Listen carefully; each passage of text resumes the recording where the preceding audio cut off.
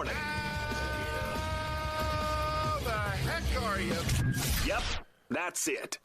Miller. Since we can't sit next to one another, I was thinking about the first break, toasting my English muffin and saying, hey, it's English muffin time during the starting five. And Moulton. Love BOGO English muffins. You throw one on the counter, you throw the other in the freezer. There you go. For a week, then you take it out. When you've got BOGO, it's like, hey, knock yourself out. Broadcasting live from the Kobe Cooling Remote Studios, where it's always cool and comfortable. Yes! Oh, I like it! It's up to you now. It's up to you. I like it! Now, the best local sports show this town has ever heard. Here's Miller and Moulton. You're live.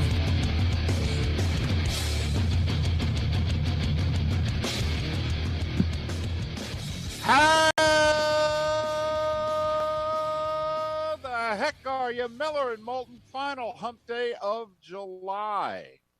As the NBA season is a little more than 24 hours away from resuming, and the NHL season is, well, a little less than 72 hours away from resuming, for that matter, a little more than 72 hours. Do my math here properly. Miller and Moulton on this Wednesday. Thanks for being with us. Southwest Florida's Fox Sports Radio, streaming once again, millerandmoulton.com, broadcasting live once again on the Miller and Moulton YouTube and twitch.tv channels. Mark, we are 3 days away from a little vacation. How you holding up?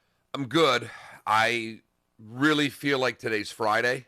I don't have a lot left in the tank for the rest of the week. I am excited about today's show. I'm fired up. But, David, I don't know what I'm going to have on Thursday and Friday. I feel like a Florida Marlin stuck in Atlanta while the rest of the team's out partying. Really? That's how you feel? Feel like I'm the guy that stayed in the hotel and everybody else is having chicken wings. And apparently because you stayed in the hotel, you're done. You're shot. You've got nothing else to give? That's it. I'm disappointed that everybody else went out and I stayed in. Right. Yep. Wow. That's quite an announcement. You think you'll make it through Wednesday of a week before you're pretty much done. Well, that's something to look forward to these next 2 days. And it hit me last night as I was watching Indians and White Sox. Unbelievable. That was on one TV. I had Braves, Rays on the other before I got into Dodgers, Astros. And I said out loud, I went, it's Tuesday? Man, it feels like Thursday. And then I realized because the wife's she's got 2 weeks off. She's got our vacation week and the following week off. Oh, good for her. She's got to run up to Pittsburgh for I guess it's a funeral, a burial. I don't know. I mean, it's 2020 and her uncle passed, and they're finally trying to get everybody together to put him in his final resting spot. Yeah, I mean, it's there's so much of this that's going on. It's hit my family as it's hit others, and her Uncle Fred passed a while ago, and they're trying to figure it out, and things calmed down. They set this date, and then things got worse, and now, I mean, you think Facebook's bad or Twitter's bad when it comes to masks and the coronavirus? Try to plan a family thing, because there's the same mix of fear and every other emotion that's going on with this that can be encapsulated in one group email to the family. I've had a ball because it's not my family, it's her family. Right. So I just read it and go, yeah. Yeah. Okay. I see what he's saying. I see what she's saying. Right. Enjoy Pittsburgh. I'll be here with our daughter. Exactly. Let me know when you're leaving. Let me know when you're coming back. And wear a mask. That's about it. That's all I can do, David. And social distance. That's right. Right. You're coming together so you can social distance. I was listening to or watching the Rays game yesterday, and I actually switched to the volume of that because it was Rays Braves, much better teams than White Sox. Well, not much better teams than White Sox Indians, because all four of these teams are possible playoff teams, particularly with as many making it as they are. But the pitcher for the Rays, Thompson, relief pitcher, this is his first year in the bigs. This is his first trip up in the bigs. He pitched the other day. And, of course, family can't be there. Right. His father flew from Oregon to Tampa St. Pete, went to a bar in St. Pete to watch the game by himself, then met his son in a parking lot where they were not 6 feet, but 6 spaces away from one another so he could congratulate his son on making the majors. A lot of those stories going around. Mets starter last night. Listen, I don't want to say he's an unexpected starter 5 games into the season, but his number is 77. What did we have, 258s pitching against each other in a real game the other day, which has never happened? And that's not a crazy number. It's just unusual that they were facing each other at the same time. But you don't get a lot of 77s in a real game. No. March, lot of 77s in action. Could be playing the outfield, could be on the mound. All right, but yeah, Mets start. How about this? So they place, I didn't realize they did this still. They still play Sweet Caroline heading into the bottom of the 8th at Fenway. Well, they're still doing the 7th inning stretch and God Bless America and that kind of stuff. The crowd noise, I have not had volume on a lot. And last night, I had a hell of a time getting through Rays Braves crowd noise. Because, David, you and I have attended a lot of Rays games. Yeah. I've never heard it quite that loud at a Rays game. Come on now. No. Come on. We were there for the World Series. Come on. Okay, we were there. It was just, it's a while ago. Put it this way, in the last decade. Okay. It's fair to say in the last 7-8 years, we haven't heard the Trop with any noise. Even for Red Sox and Yankees games, because they've not shown up the way they once did, that you could almost book 30,000 if the Red Sox were in town, and all of a sudden that became 22, 25,000. And, you get 10,000 rooting for the Rays and 15,000 rooting for the Red Sox. You don't get those pops in the crowd. But so it was just always had noise. Yes. I mean, that is the one good thing when the Red Sox and Yankees come to the Trop. At least there's always noise. You're right. Somebody's happy. It's the Florida-Georgia game. At least there's some noise. And, obviously the Marlins are the big story in baseball right now. The Marlins and Phillies have been shut down. Baseball made a smart move. They're going to send the Yankees to Baltimore as trying to get this sucker moving on. But last night, we had the first meeting of the season between the Astros and the Dodgers. And, David, I went to bed about 9:30, 9:45. And I guess I went to bed too early because it was not yet the 6th inning, and we did not really start throwing at one another yet. But they reminded everybody, and I love it when Dusty Baker is quoted after a game saying, he threw at his head, that's dirty baseball. Dusty, you throw at everybody. I know there's a set of rules here, but these guys are not that warmed up. And, there are things that I like. The up and in is one thing, but the 3-0 pitch behind the guy. Yeah, well, I mean, that's Joe Kelly didn't hide it well enough. I mean, come on, Joe. I mean, you can't throw the 3-0 pitch, behind the guy's right. head. I mean, come on. We know you're a fireballer, and occasionally, you have been a little wild in your career, but not the 3-0 pitch. And also the two batters that he just so happened, to hit one and nearly hit the other, just happened to be two of their 4 best players. Who were on the team in 2017. Yes, they were. That is another element that I think needs to be added to this. But what I find funny about it, though, is that Joe Kelly in 2017, Joe Kelly was in Boston. Right. Joe Kelly was part of the 2018 Red Sox team that beat the Dodgers. That may have in the cheated. World Series. Now, did beat Houston, I believe, in the playoffs to get there, but still. But has been accused of doing a few things that weren't on the up and up on that team as well. That's all. Right, exactly. It's not like the 2018 Red Sox are perfectly within the clear. I mean, we may not be banging garbage cans with the 2018 Red Sox, but take it easy now. I don't know if you guys should be claiming the moral high ground. That's all. It was just, I was ticked off. I'm like, I really shut this sucker off about an inning before all this happened. But in a way, though, I mean, you didn't miss anything because they can't brawl. I mean, the testosterone gets going and they come out of the dugout. They're not allowed to even get close to one another. Never mind, put your hand on somebody. I mean, you might get suspended for a month if you were to get into an actual brawl this year. So that in and of itself is funny. They get out of the dugout, they get close enough so that they could really hear each other yell at each other. Don't you do that, man. Oh, shut up. Get back in the dugout. But Joe Kelly struck out Carrasco last night and stuck his tongue out at him and then said something to him. And apparently it's what he said that was uncalled for. That's why the bench is Well, clear. apparently it was a similar word that was said on the Hill between a couple of Congress people. And one didn't like it because you're not supposed to call a woman that. And apparently correct. a guy that strikes out with a bad swing does not like being called that either. No, he doesn't. I believe it was nice swing. You blank. Right. Right. Mm-hmm. Right. And Neither of them ever watched Breaking Bad. That seemed to be the end of every sentence for about a season. Right. And with that, by the way, with the word that Joe Kelly threw at Carlos Carrasco there, it rhymes with the Miller and Moulton Twitch.tv channel. There you have it. All right. I mean, that's all Joe Kelly was doing. He was just promoting, hey, Carlos, watch me on my Twitch channel. You just misheard me.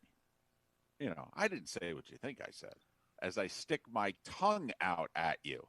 I mean, what are we, a little nana boo-boo? I mean, but that's where we're at. Hey, bada, swing, bada.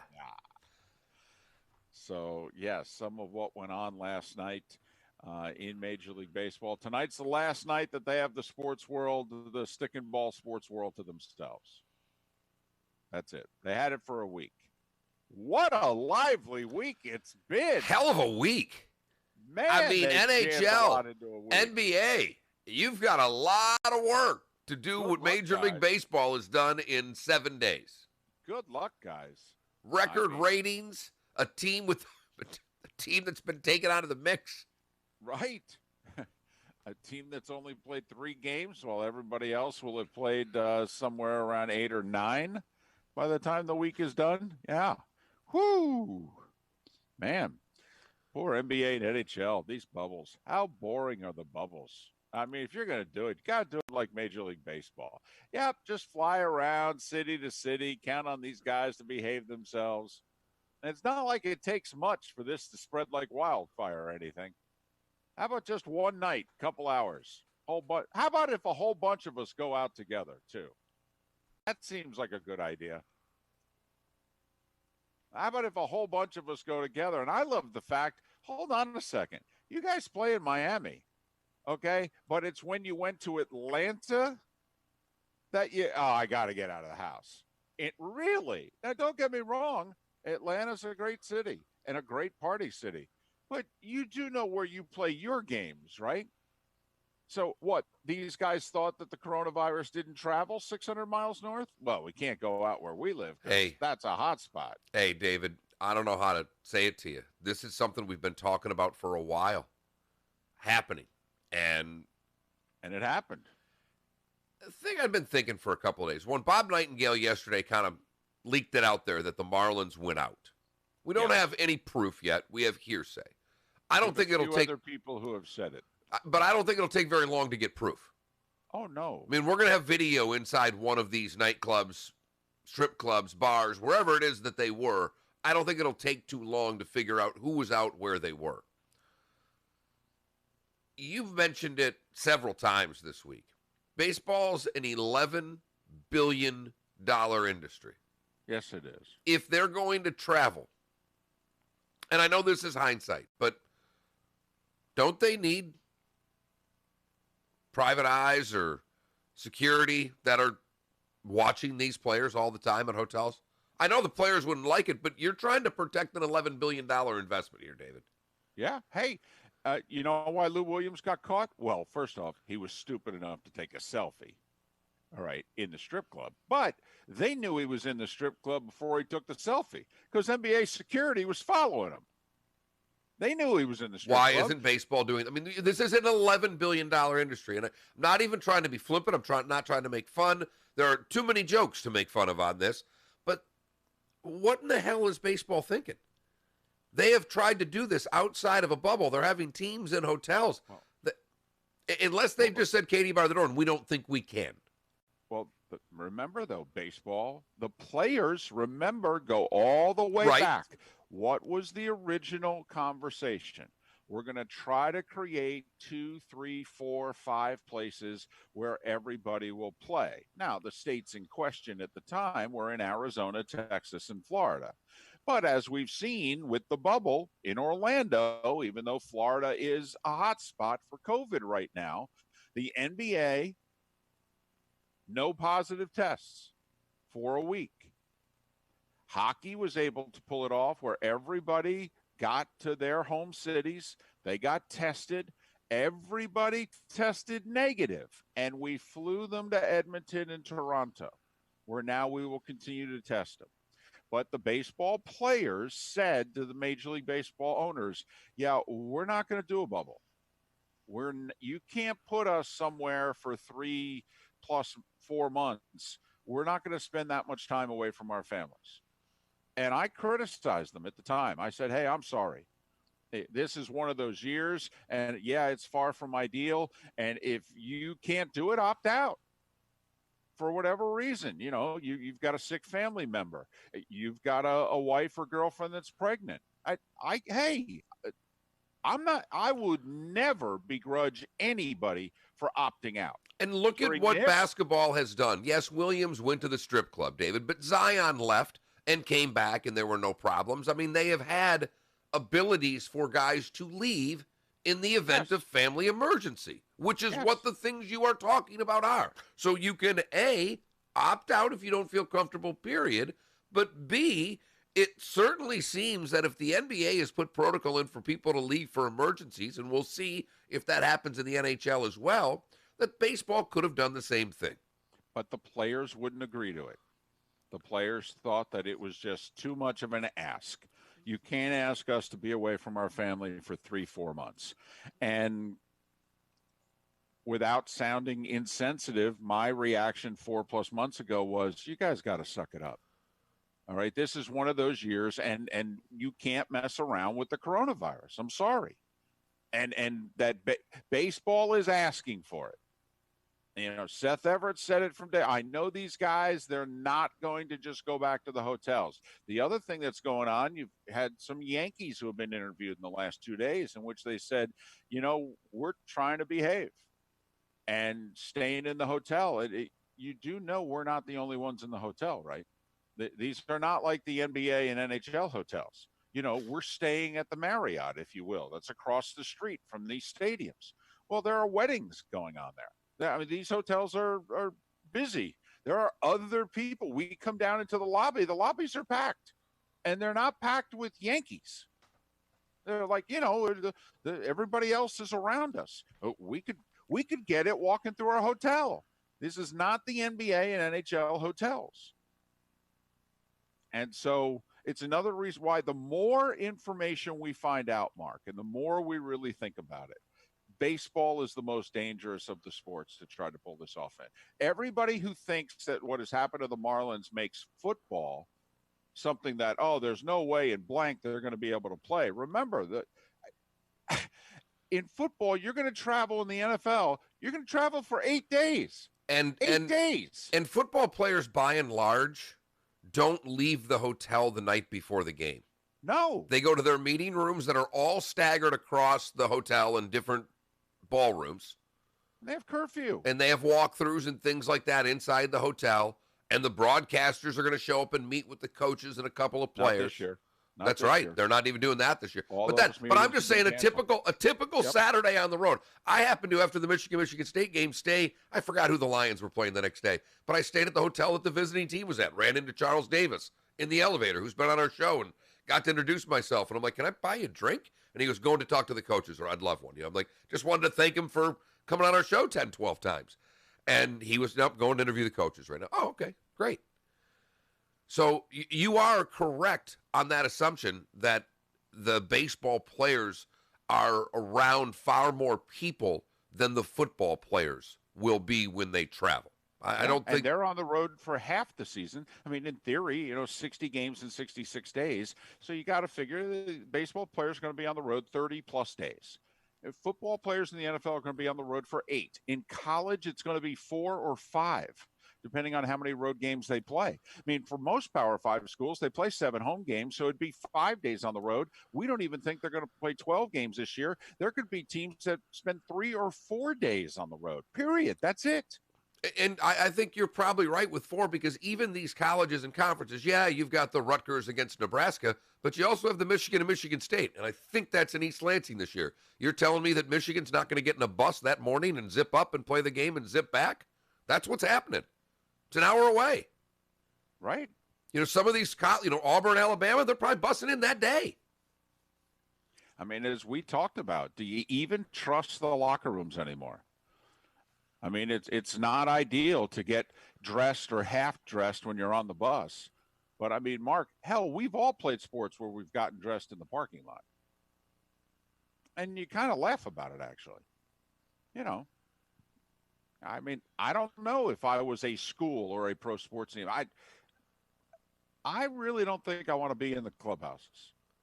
They seem to me to be the most dangerous places. Next to the hotel. Yeah, otherwise these games are outside. And in these vast stadiums that are not going to be attended much, if at all, we can figure a way to spread everybody out. Hell, we could have some real fun. Everybody can get their own luxury suite and have some fun with it if we wanted to. But anyway, yes, the Marlins continue to be the biggest story in sports for not playing. And baseball has decided how it is that they are going to deal with this. And I don't think the Marlins are going to have a lot of off days the rest of the year. No, they're not. And I actually give baseball a little bit of credit here. I thought changing on the fly to getting the Orioles, Yankees playing today and tomorrow, they're doing what they need to do to try to keep on keeping on. And so far, it is important to point out, only Miami Marlins have tested positive. No Phillies, no Yankees, no Orioles, nobody else. The league has acknowledged that they're not happy with how the testing results have, and they do have to figure something out to get the results back more quickly. They do. Well, Jeter released a statement for the Marlins yesterday in which he said, well, we're going to be testing every day. All right, and we're going to get the results back within 24 hours, whatever it is we have to do. And Major League Baseball, this goes all the way back over a month ago with Mike Rizzo, the Nats GM, yelling at Major League Baseball publicly. And Major League Baseball got all upset that he took him to task when what they should have done is go, wow, you're right. We got to get this rectified. We got 3 weeks to get our you-know-what in order, or else this is going to be a problem. Miller and Moulton. The starting 5 is next. Seth Everett will join us in a couple of hours. There is a lot to chew on in the sports world. We are not jerking your bobber today. Miller and Moulton. Thanks so much for being with us. Southwest Florida's Fox Sports Radio. You can't watch baseball while driving. Mowing, running, walking, fishing, golfing, or while doing anything else you like to do while on the go. And this year, you can't even watch baseball in a ball, but you can see the game on the radio. Where stands so still at the plate when the Marlins play. Well, if the Marlins play, can we change that promo? If. Home of the Marlins. Good call. We got the team with the vid. We've got hundreds of new arrivals from 1999. Shop summer dresses, bright shirts, easy shorts, and more. Find your nearest store or shop online. Let's face it, these are stressful times. Oh, let's face it. So last night, David, my wife had a doctor's meeting. Things have been a little cantankerous at the veterinarian office. So these happen, I don't know, once every 6 months.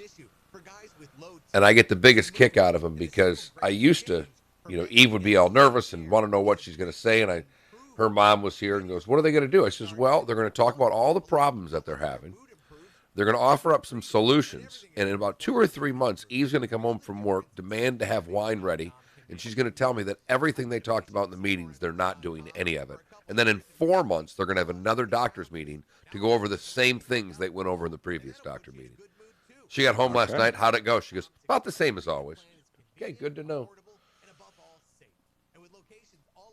It's good to know that every business is the same when it comes to meetings, David. Absolutely. Listen to the Dan Patrick Show at work. Never boring, that's for sure. Streaming 24/7 at foxsportsfm.com. Looking for a frameless shower door? My Shower Door has just opened their 8th Florida showroom, and it's conveniently located in Cape Coral. With more than 75,000 frameless shower doors installed, no one has more experience and 5-star reviews than My Shower Door. We've been named #1 by readers of the News Press and Naples News for 17 consecutive years, and have just been named as Lee County. Thanks to a text, I've got the next segment done, David. May even be able to pull the poll question out of the next segment. I mean, after the starting 5. After the starting 5, yeah. Gotcha. Someone sent me the menu from Magic City. Lose wings. Right, which there's Justice Magic, and I don't know. These are the signature style exclusive to the Magic City Kitchen. These flavors were born and bred in ATL. The Lou Will Lemon Pepper Barbecue. The Uncle Jeff Honey Jerk. Is that Hornacek? I mean, is that... Who's I'm Uncle thinking it's Jeff Teague, who played with the Hawks for... Okay, all right. The Juju Rude Boy Jerk. I don't know who that is. And the Justice Magic. Is that Dave Justice? I mean, Dave Justice did cheat on Holly Berry with my first wife's friend. And my first wife's friend was really good looking. Yeah, I mean, she was a great looking blonde. And I'm looking, I remember sitting there and Emily's like, she's sleeping with David Justice. And I'm just looking at her going, wow. I mean, that just is a matter of you want to do everybody. Yeah, well, Holly said everybody she's married has cheated on her. We took a burger that was already delicious and spiced it up. Why are we using this whip crack to explain it? Because jalapenos sound like this. Heckle, I'm in my first, I'm in a fantasy golf league, if you will, now. I'm pretty fired up about it. Got the invite yesterday. Yes, I saw that. Heckle, DraftKings, they had already, did a deal with the PGA Tour last year, but now it's, all in. Coming together for the good of us all. Good line. I've got to find out what who are the Justice Magic Wings named after. Only at Hardee's. Feed your happy. Limited time only at participating Hardee's restaurants. Price and participation may vary. Here we go. Now back to Miller and Moulton. No. This is Miller and Moulton. You're live.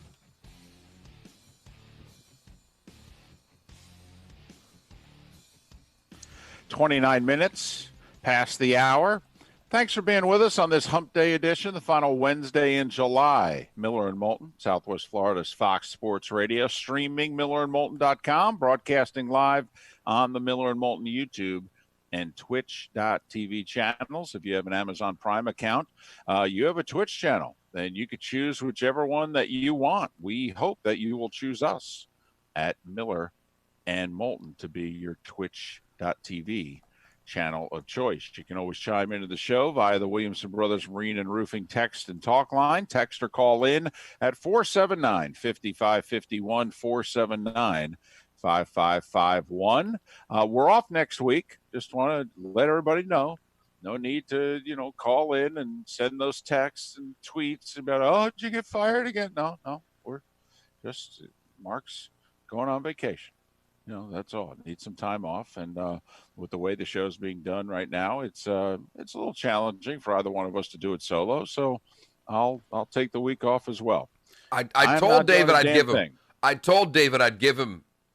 It was highly likely I could give him 6 to 7:30 on vacation, but 7:30 to 9 I didn't know if I could give him. I mean, I was willing to take the equipment up. I was willing to give David the key to the house and just leave everything here for him. And he goes, "Are you nuts?"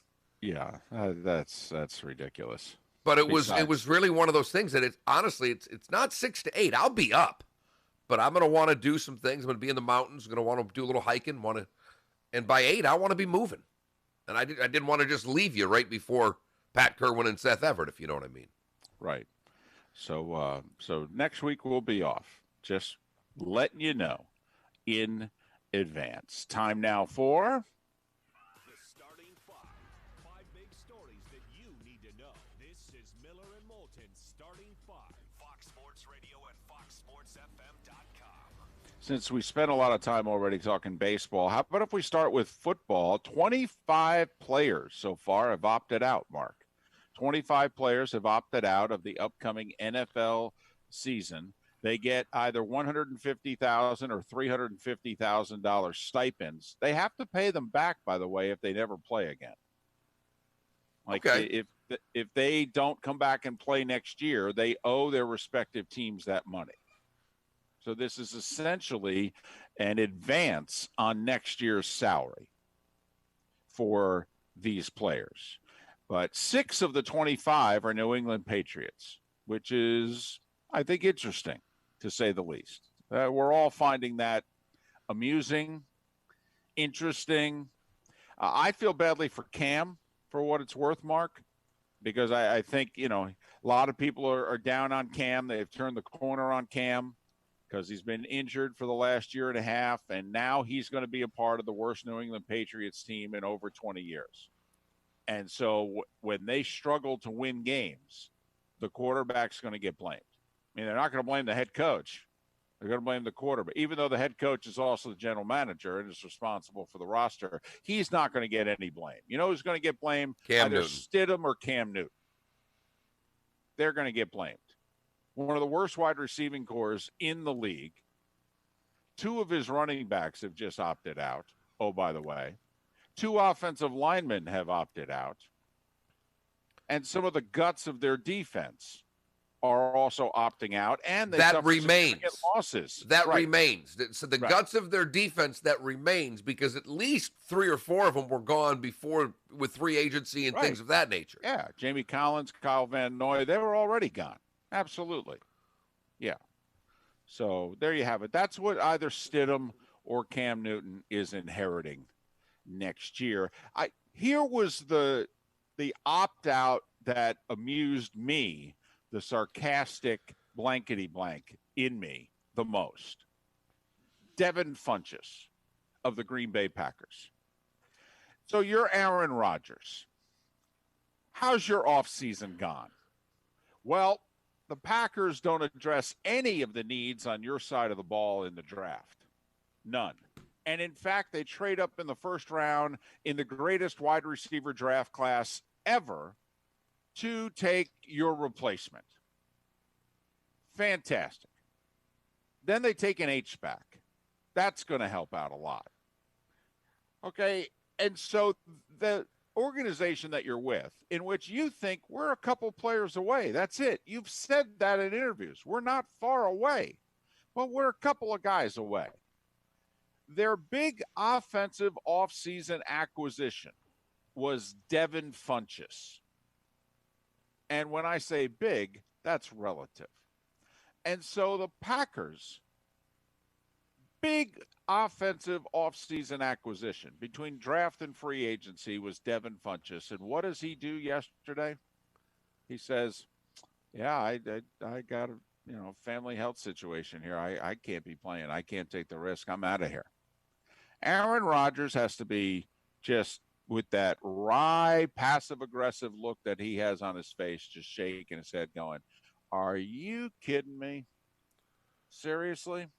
He did an interview with Kyle Brandt for The Ringer in which he said so, talking about the draft. He says, when they traded up, I was watching the draft and thinking about what wide receiver we might get at that time. Right. There was a run on them in the early 20s. The kid from LSU, which was Jefferson, who I loved watching, went to Minnesota in the early 20s. I knew the kid from Clemson, T. Higgins, was still there. I enjoyed watching him but didn't know as much about him. And the kid from Arizona State, Brandon, was it Ayuk? Yeah, I'm not Ayuk. I don't want to botch his name. So when we traded up, I perked up a little bit. Right. Yeah. Mm-hmm. Getting me a receiver, somebody to help us out a little bit here. And he went on in that interview to basically say, "Look, my time's here numbered. This is not any revelation. They picked a quarterback. Right. It's a I love the fact, and he said though, it's a business, and he didn't. Aaron doesn't go off on people. He just, hey, I was excited, and it looks like my days are numbered in Green Bay. Okay. And they are. And they are. Figure he's got this year and next, and then they'll move on. And so, just throwing it out there. It's why I'm telling you, if you're Jarrah, just between Matthew Stafford, Aaron Rodgers, a couple other guys, if you can't come to a deal with Dak, there's going to be somebody you can replace him with. And you've got him for next year, too, whether Dak wants it or not. Right. And this is, you're right, because I don't know about 2021, Stafford and Rodgers being ready, but David, in 2022, one of them is going to be. Right. Absolutely. No doubt about it. Right. So that was the opt-out yesterday that amused me the most. By the way, last night, Joey Bosa got paid. The L.A. Chargers gave Joey Bosa a 5-year, $135 million extension. Yeah, that's right. That's 27 per. That's $5 million more than any defensive player makes right now. Now, it's an extension. It doesn't go into effect for another year. But the Chargers have Bosa locked up for 6 more years. He'll play this year for 14 and change.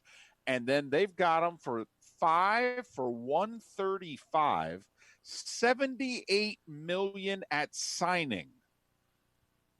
$102 million of the 135. So basically 4 of the 5 years are fully guaranteed. So between the 14-4 this year and the $102 million guaranteed after that, Joey Bosa knows he's got a minimum of $116 million that he's going to put in the bank. 78 at signing. That's a good day right there. And that is going to change the whole, who we pay on that side of the ball. That just threw the whole defensive player getting paid salary cap into a whack. All right, baseball. The Marlins are off for the rest of the week. Major League Baseball get to first place. They work so hard. They're leading the division, and look what baseball does to them. Well, see, you could, if you're trying to look at the glass half full mark, okay, say that this could be a way for Major League Baseball to keep the Marlins in first place all week. Because they're 2-1. That's a .667 winning percentage. I mean, think about what the Mets, the Braves, the Phillies, and the Nats are going to have to do to be better than .667. I mean, the Mets are 3-2. That's 600. You're right. They win again today. They're only tied with the Marlins. I mean, they got to put a 4-game winning streak together to knock the Marlins out of first place. Mark, it's possible the Marlins are in first place when next week begins. In fact, I say it's likely. Of course, they'll have played 3 games, and everybody else will have played about 9, but that's okay. Marlins are off for the rest of the week. Phillies are off till Friday. So the 4 games against the Yankees are all not taking place. The Marlins and the Phillies being idle has affected the Orioles and the Yankees. So Major League Baseball said, how about you two play one another and get a couple games in? Look, I applaud Major League Baseball for doing that. I know it seems simple, but too many times simple is not done by sports leagues. And they did the obvious and kept teams playing. I think that's important right now, David. Now, I will say apparently it was a bit of a comical day for the Yankees yesterday because they got dressed and they're boarding their bus and they think they're going home. Right. It was planes, trains, and automobile. I don't know who was Steve Martin. I don't know who was John Candy, but that was the New York Yankees yesterday. Right. Now, remember, the Yankees are in Philadelphia, all right, because that's who they were supposed to play Monday and Tuesday. So they're in Philly, and they're like, well, where are we going? We going home or are we going to Baltimore? What are we doing? And for a good chunk of the day, they were going home. In fact, their equipment headed home. Their equipment was about halfway home. When they got the call, turn around on I-95, hit one of those rest areas, okay? And I will say, pretty decent food, all right, at the rest areas on I-95. Surprisingly good food for a rest area. They have a lot of chains, included in the Let's restaurant. go. Well, I'm just saying. I mean, it's not, getting food out of a machine. That's all. That's all. And More some of the regional- turnpike style rest areas as opposed to the traditional rest areas, what you're telling me. Yeah, exactly. Right. I'm not talking of, throw money in and get, food out of a machine. And I'm not even talking about, the Subway that's in the little corner of the convenience store. I'm just saying on I-95, as food on the side of the highway goes, in which you're still on the highway, it's pretty good. So hopefully they were able to turn around and make their way to Baltimore. Yanks and Orioles today an and English tomorrow. muffin. Oh boy, could I use a good carb. I was looking at a can of beans yesterday, as lovingly as I've looked at anything in a long time. That can of beans looked to me like holly berry. Honestly, I was just looking at it going, man, I could just devour you. Look at you. Boy, what I could do with a can opener right now. Yep. That's the times that we're in, Mark. Rays have won 4 in a row. Wow. They've improved to 4-1. They beat Atlanta 5-2. The Indians are 4-1. They swept the double dip from the White Sox. We thought we'd see more of these. By the way, just early returns, a couple of the hot teams this year in baseball. The Chicago White Sox, they are starting out 1-4. The Cincinnati Reds have also started out 1-4. Go on with because the Cubs beat the Reds yesterday 8-5, and the Cubs have improved to 4-1. Speaking of 1-4, Mark, the Red Sox are 1-4. The Mets beat them 8-3. The Nats are off to another slow start. The Blue Jays beat them for the second straight day, 5-1. So the Nats are off to a 1-4 start. Dodgers and Astros in Houston. They actually had the benches clear at one point because Joe Kelly, all right, hit Carrasco with a curveball. That was after a couple of batters earlier. He had thrown a 3-0 fastball behind, I think it was Bregman's head. But 5-2 Dodgers over the Astros. The Padres, though, Mark, one of those young teams off to a good start. I know. They're 4-1. Took it to my Diamondbacks again. Oh, well, Giants last night. Yeah, I know. They just pounded my D-backs, and now they pounded the Giants, and they're 4-1. Yes, they are. Speaking of your D-backs, though, much-needed win for Arizona last night, 4-1 over Texas. Angels 10-2 over Seattle. Colorado is 3-1 with an 8-3 win over Oakland. Tigers 4, Royals 3, Pirates 8, and the Brewers 6. I may have lost the Tigers over-under bet in 5 games. They can only win 17 out of the next 55. We need to start losing, Detroit. Well, remember, they were nearly 560 games into last season. So if they do it again, you're right. We're all in deep trouble. But if they start playing at the rate that they finished last season at, those 100 games when they won like 20 of them, that's the Tigers we're looking for. When they take 2 or 3 from the Reds to start, I had a bad feeling about that bet. No question. The NBA season gets underway tomorrow night. By the way, Michelle Roberts, who's the head of the NBA Players Association. So glad. I thought this would be a top-of-the-hour segment, David, but go ahead. And it probably will be at some point between now and the end of the show. Just out of the side of her mouth, that's all, the executive director of the NBA Players Association, just out of the side of her mouth said, we might have to have a bubble for next year, too. That's all. No big deal or anything. Just take that with you when you watch the NBA season getting underway tomorrow night. By the way, but her quote was even more damning, David. It wasn't just her saying this. She said, if tomorrow looks like today, and we can all acknowledge, and this is not Michelle talking, this is the league, together with the PA and our respective experts saying, this is the way to do it, then that's going to have to be the way to do it. This was not just I don't want to argue about something a little bit. I don't think this was a flip it out of the side of the mouth comment, if you know what I mean. This was, as you said, this is the head of the union that said, hey, no, this is not just me. This is the union, the league, our experts all saying, don't know what to tell you. But we're going to finish in October, and we're going to turn around in 6 weeks and start playing again. And there's a pretty good chance we're going to have to do it the same way we're doing it now. Rockets suffered an injury last night in one of the scrimmages. Their guard, Eric Gordon, left with a left ankle injury, likely out for 2 weeks. College basketball, Iowa has halted workouts because 2 of their players have tested positive, so they've halted workouts for a couple of weeks. Lincoln Riley, very quietly, signed a new 6-year contract with the Oklahoma Sooners. He'll now make on average of $6 million a year. So that's right. It's really hitting these athletic departments hard, this coronavirus. They're going to have to start cutting back on the football program. Oh, no, wait. We gave him a raise and added 2 more years to his deal. The NCAA did come out yesterday and say they are okay with the FBS season starting on August 29th. Of course, I would have loved what if they had said they weren't. The NCAA doesn't really have anything to do with FBS football. I don't know. People are just like, hey, congratulations to the NCAA for doing the right thing. Well, what are you talking about? They don't even have a voice in the sport. Miller and Moulton have more of a voice in big-time college football than the NCAA does. Speaking of college football, Florida State dismissed running back Kalon LeBourne. He had gotten in trouble for most of his 3+ years with the team. He was, however, going to be their most experienced and so-called best returning running back.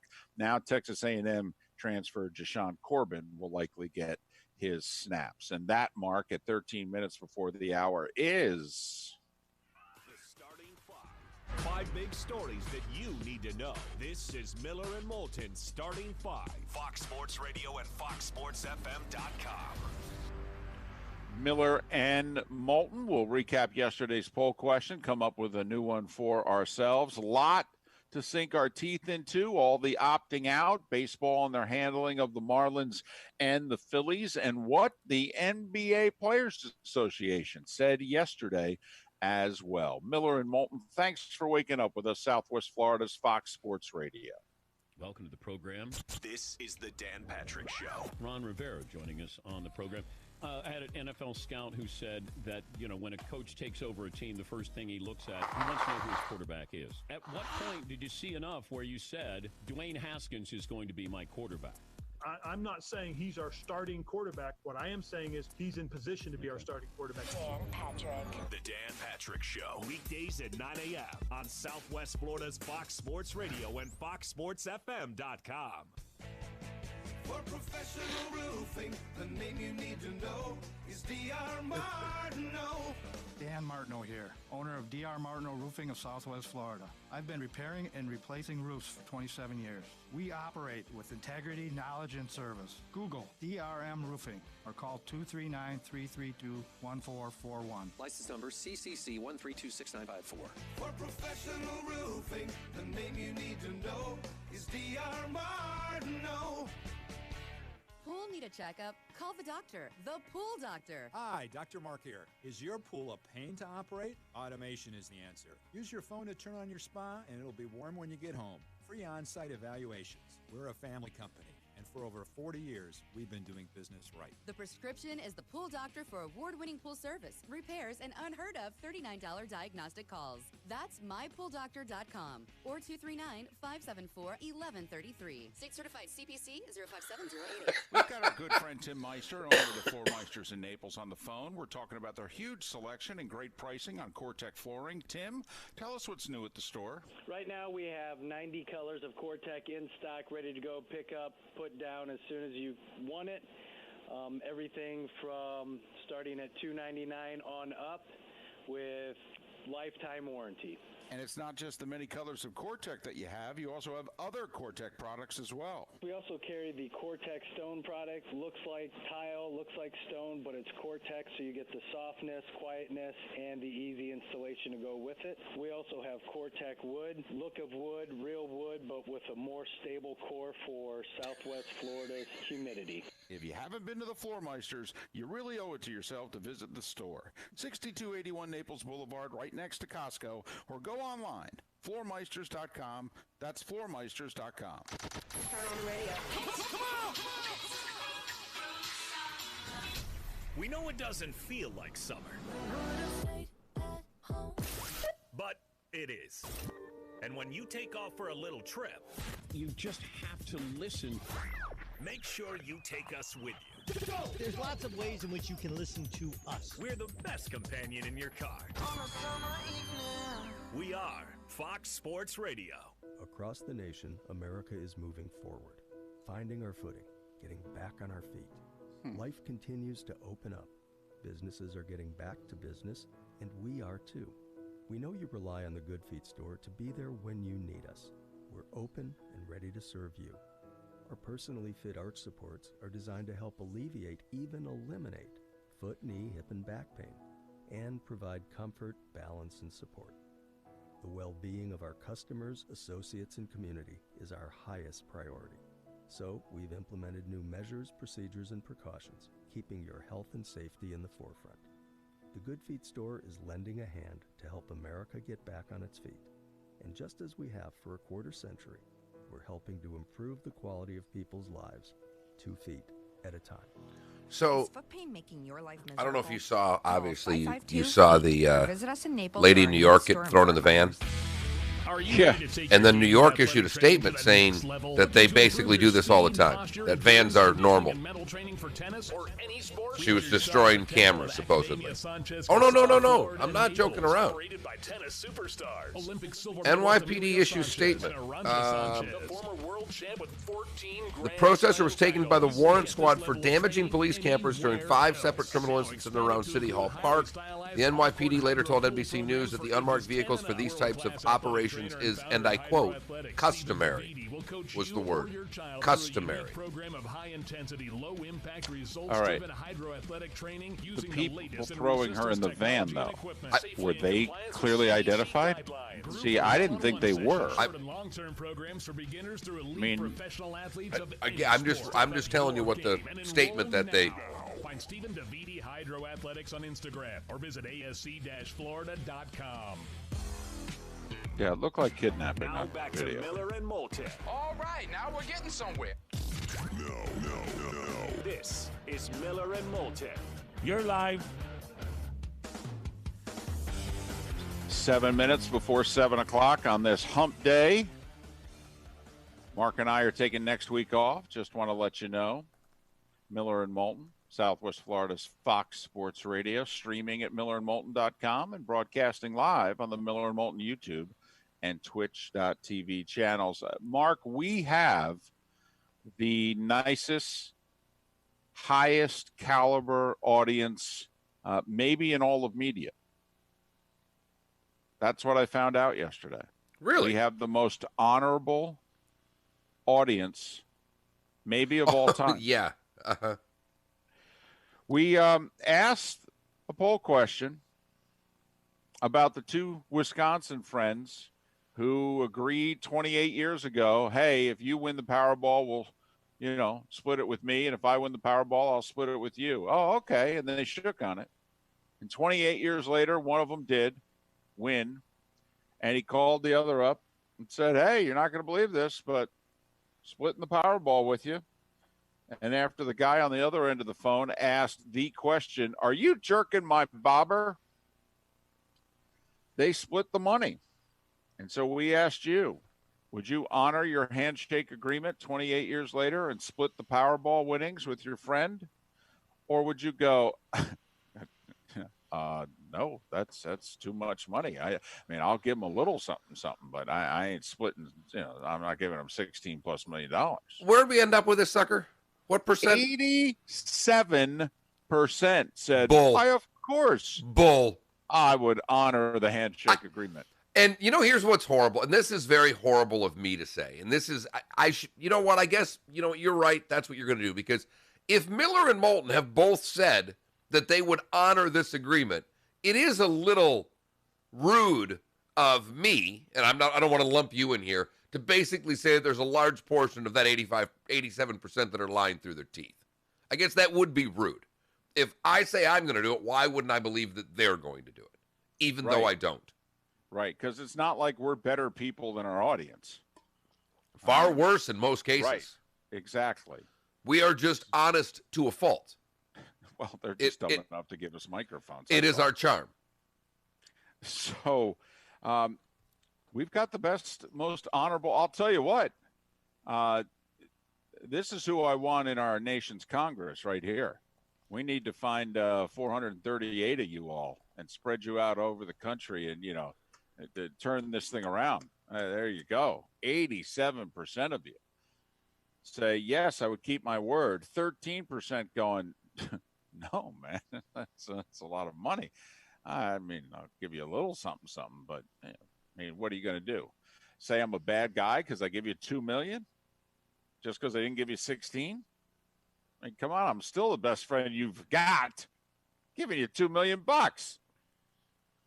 But that's how our poll question went down yesterday, Mark. Never in a million years did I think. Sorry, ladies and gentlemen. I just didn't think you were as good of people as apparently you are. Well, David, I also enjoy our audience because they are technically our research and development department. I mean, they are R&D.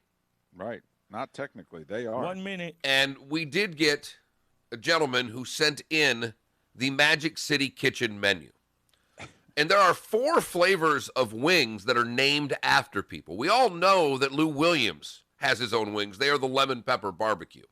But there's also the Uncle Jeff Honey Jerk, the Juju Rude Boy Jerk, and the Justice Magic.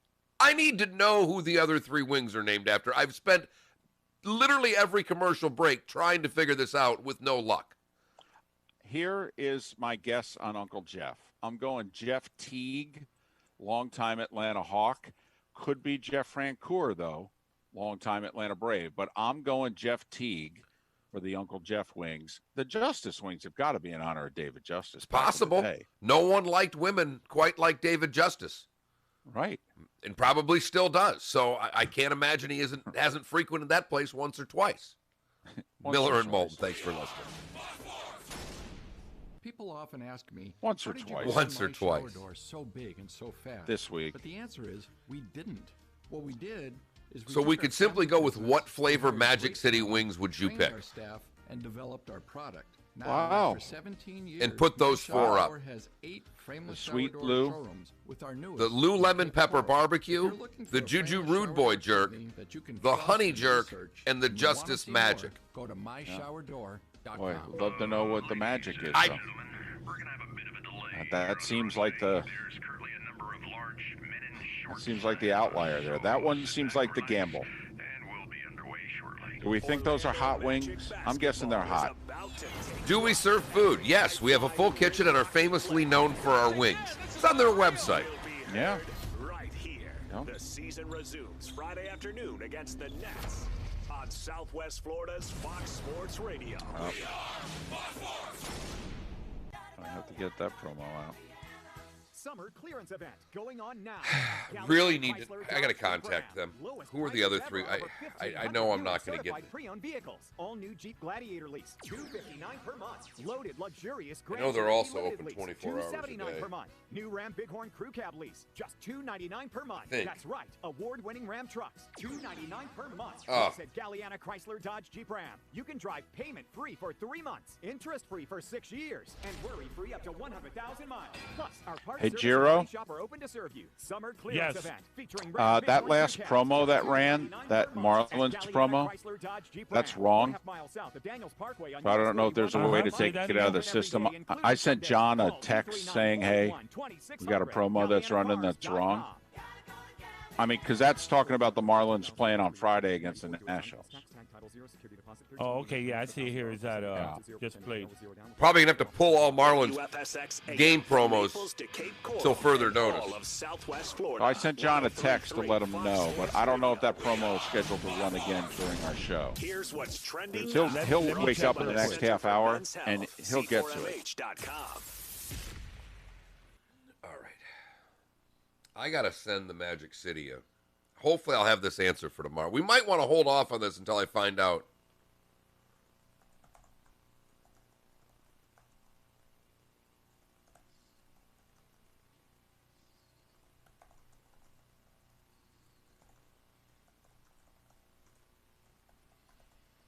Yeah, that commercial is playing again at the end of the hour.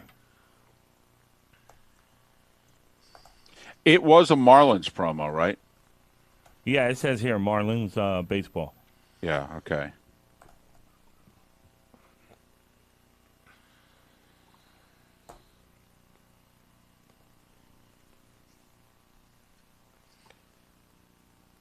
It's the first time I ever tried to call a strip club during the show. I don't know if I've ever tried to call a strip club, period. But they only take phone calls between 10 and 4 a.m. There's only one way to wake up in the morning. How the heck are you? Yep, that's it.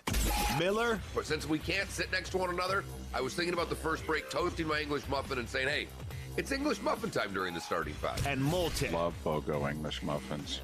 You throw one on the counter, you throw the other in the freezer. There you go. For a week, then you take it out. When you've got BOGO, it's like, hey, knock yourself out. Broadcasting live from the Kobe Cooling Remote Studios, where it's always cool and comfortable. Yes! Oh, I like it. It's up to you now. It's up to you. I like it. Now, the best local sports show this town has ever heard. Here's Miller and Moulton. Your life.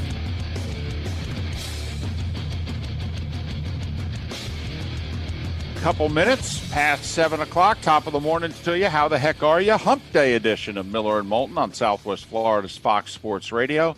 We stream this show at, millerandmoulton.com. And we broadcast it live on the Miller and Moulton YouTube and Twitch.tv channels. Millerandmoulton.com is also where you can go for our poll question every single day. And, we're still working on one for today, unless we decided to go with the Wings. Well, I would like to go with the Wings, but I have so many questions as to what the Justice Magic and the Juju Rude Boy Jerk are that I emailed the Magic City Strip Club during the break. I was going to call them, but they say on their websites that they only really take phone calls between 10 p.m. and 4 a.m., and I missed that window. I would like to think there is no one at the club at 7 a.m. I would thought, like to think it is closed. I think this is a 24-hour place. I think. It is, really? I think. I know that there are some 24-hour clubs in the greater Atlanta area. Ballets? Yes. I love the arts, David. Yeah. But as I was looking through their menu, one, you've got all the regular wing choices. You got your lemon pepper, your honey garlic, garlic parm, Thai chili, ranch, teriyaki, barbecue, hot naked, and battered. That's fine.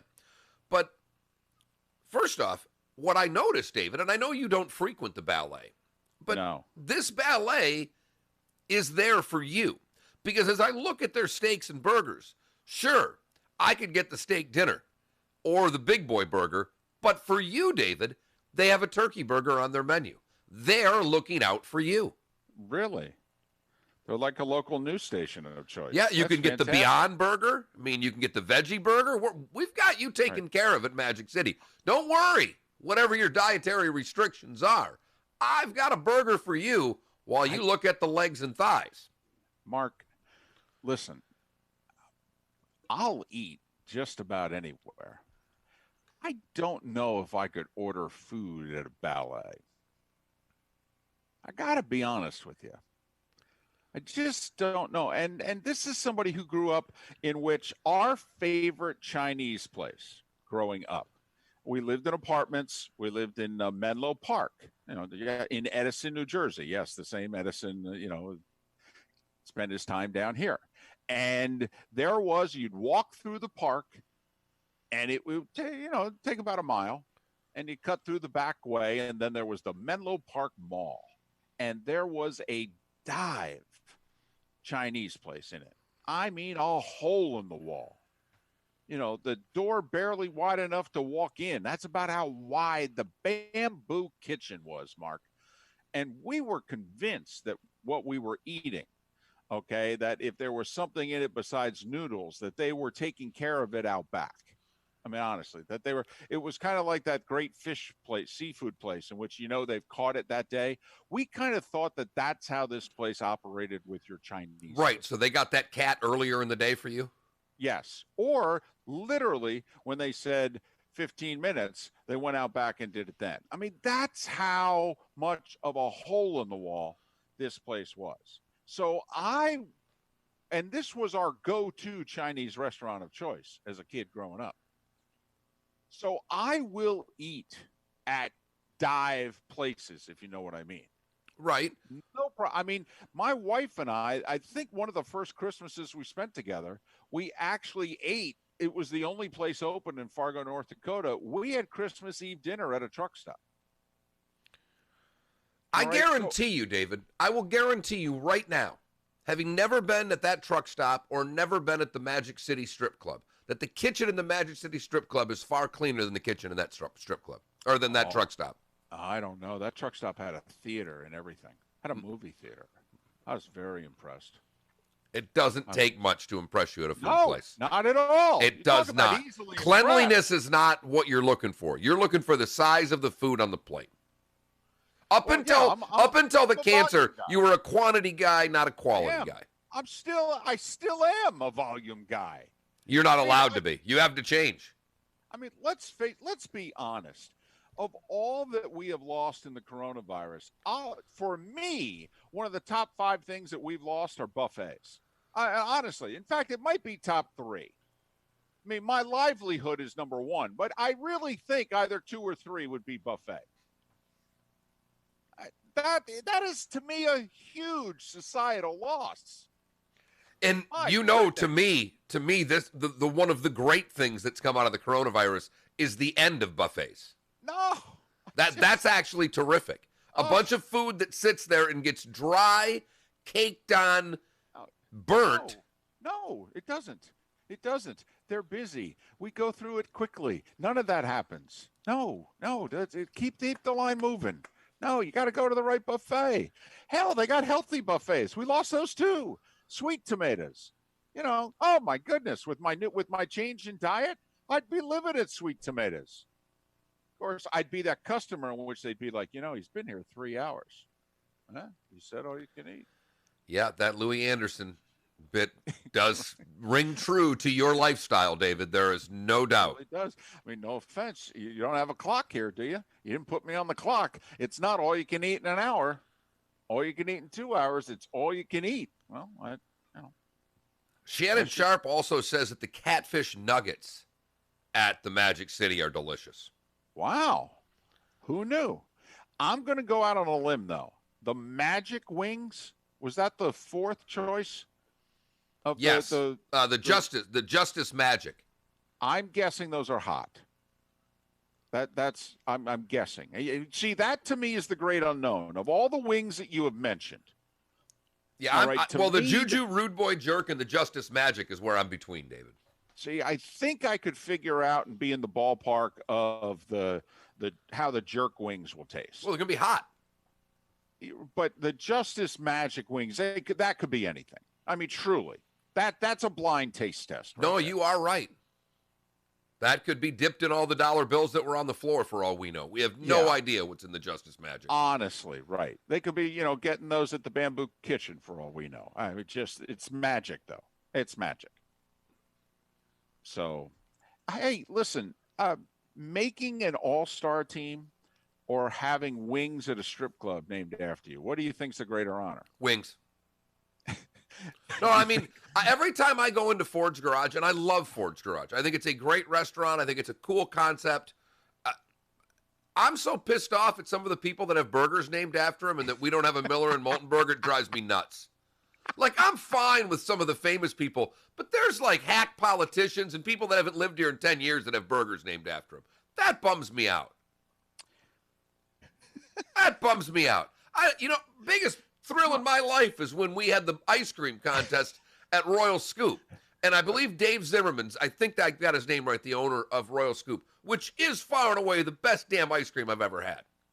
And he came into the old station. And David made an ice cream, and he just basically made mint chocolate chip. He had no desire to get involved in this contest at all. I just want mint chocolate chip. And it's the best damn ice cream going. Poo-pooed the whole thing. And I mean, didn't poo-poo it. I did just throw a couple things in with the mint chocolate chip. Honestly, M&M sprinkles. Nothing crazy. Just leave it alone. So I made a pretty elaborate ice cream. And David's, because they won't make it anymore. And I asked him why. He said, it's the most damn labor-intensive ice cream I think we've ever made. He goes, you basically tried to break me with this one. He goes, don't get me wrong. It was terrific, but we're never making it again. You know how happy I was to have Miller's malted mess or whatever the hell it was up there. I had my own damn ice cream for a month. So imagine if you had your own chicken wing. Chicken wing! Holy cow! I mean, every time I go to Wally's Deli, Sale's got his, and he deserves it. The Wally's Deli guy's a huge FGCU supporter, huge baseball and softball supporter at that. So Chris Sale deserves his own sandwich there. Of course he does. Right. Absolutely. And I think it's awesome that there's a picture of him with his sandwich in the place. But apparently, not a couple of the hack politicians. They don't deserve it. I just want to make sure I quoted you correctly. That's perfectly correctly. And there's an election coming up, and I'll vote for a few of those hacks on August 17th, 18th, whatever the damn primary is. The next time we talk to Sale, we've got to ask them a list of, getting the final out of the World Series, starting an All-Star game, all right. FGCU Hall of Fame, right, or the Chris Sale strikeout at Wally's Deli. Or, let's be honest, though, you got your own sandwich at Wally's. What do you think? All right. It probably means more to him than that third consecutive All-Star game he started. By then that was old hat. First two probably meant more. Third one, whatever. 479-5551, 479-5551, Williamson Brothers Marine and Roofing text and talk line. It is interesting. We're 5 games into a 60-game season, and there's a few teams that are 1-4. And basically, are you willing to write off the Nats and the Red Sox? I'm willing to write off the Red. I'm pretty close with the Red Sox. Well, I picked the Red Sox to finish 4th, actually. I don't think Boston's going to be good this year. And in fact, the guy that they were counting on to be their ace has got heart problems. A 27-year-old lefty there. So when you think about, they traded away Price, they lost Porcello to free agency, Sale to injury, all right, and now the guy who won 14 games for him last year can't pitch right now. I mean, their pitching's a mess. Boy, and Porcello threw BP his first time out, too, for the Mets. Yes, he did. Yes, he did. It's funny. The last 2 years, he threw a lot of batting practice, and yet a team looks at him and goes, I remember the guy from 3-4 years ago. Okay, but what about the guy lately? He's terrible, but we think we can make him the guy he was 3-4 years ago. Do you have a time machine? Right. You sure about that? I mean, because the place he was at, by the way, they're pretty good. They got this pitching thing down. Good coaching and all that. Are you sure? Okay. All right. And not only that, they gave him $10 million. Hey, we think we can fix you. And on top of it, we're going to pay you. Well, where do I sign? 479-5551, 479-5551. The other way, like you mentioned last hour, there are some of the younger teams. The White Sox are 1-4. A lot was expected of the Reds this year. They are 1-4. Are you willing to write a team off? I think it's still it's still early, but I'll tell you, a week from today, I could. I was going to say, you're 2-8. Yeah, well, let's just say the rest of the week doesn't go well. Right. Let's just say you do it right. Another 1-4, or even a 1-3, and all of a sudden you're 9 games in and you're 2-7. You got to figure on 500. I mean, that is the one huge advantage. I mean, this 1-4 start for Red Sox and for White Sox and other teams would be disastrous if they had kept the old playoff format. Because then you would have had to have been above 500, and it's just a matter of how many games above 500 to make the playoffs. But now the thought is that the last seed or two in each league is basically going to be a 500 team. And there's even a chance that the 8th seed could be like 29-31. I think the one part of this, David, why you can't write off a 1-4 team yet is there's a couple of things. And one, to me, is the injury factor. It doesn't seem like we can go through a day right now without losing a starting pitcher or two. And the Padres have gotten off to a great start. They're a younger team. But we've lost, 4 or 5 starting pitchers already? Frontline starting pitchers in less than a week? Yeah, number one's basically. Right. I know Strasburg is technically a 2 because they've got Scherzer also. But, Kershaw, now you could argue if he's still their number one, but he was going to start opening day. But Verlander, Kershaw, Kluber, Strasburg, the Red Sox ace, if you will, Rodriguez. I mean, these are frontline guys. These are three opening day starters and two guys who were starting the second game of the year who are out. So you throw in the injury factor to pitchers. You throw in the fact that we still don't know. You have to play a bit of Russian roulette, if you will, with your team, because what happens when what happens when your Marlins situation happens? We don't think that the Marlins are going to, does anybody think that the Marlins are the only team that's going to have a COVID problem between now and October? Well, no. Right. But my point is, David, right now at 1-4, I can't write somebody off because there's an injury factor that's a great unknown. There's a COVID factor that's a great unknown. There are two X factors that we do not control at all that are unlike anything we've ever seen before. Now, it's our hope that the Marlins are the only club that's going to have just a mass outbreak. They've got half their team. Because they're carrying 30 guys right now. Eventually, that's going to get whittled down to either 26 or 27. But for the first part of this season, it's 30. Now, they've got a 60-man taxi squad, if you will. They've got another 30-plus guys that are working out at, their AAA place or wherever it is that they're stashing them. And they're supposed to be ready on a minute's notice to come on in and replace guys on the lineup for whatever reason. But still, of the 30 guys that were in and around the dugout on Sunday in Philadelphia for the Marlins, half of them tested positive for the coronavirus. And yes, you're right. Hopefully we don't have another outbreak. But my point is we're still going to get a guy here and a guy there that's going to be positive.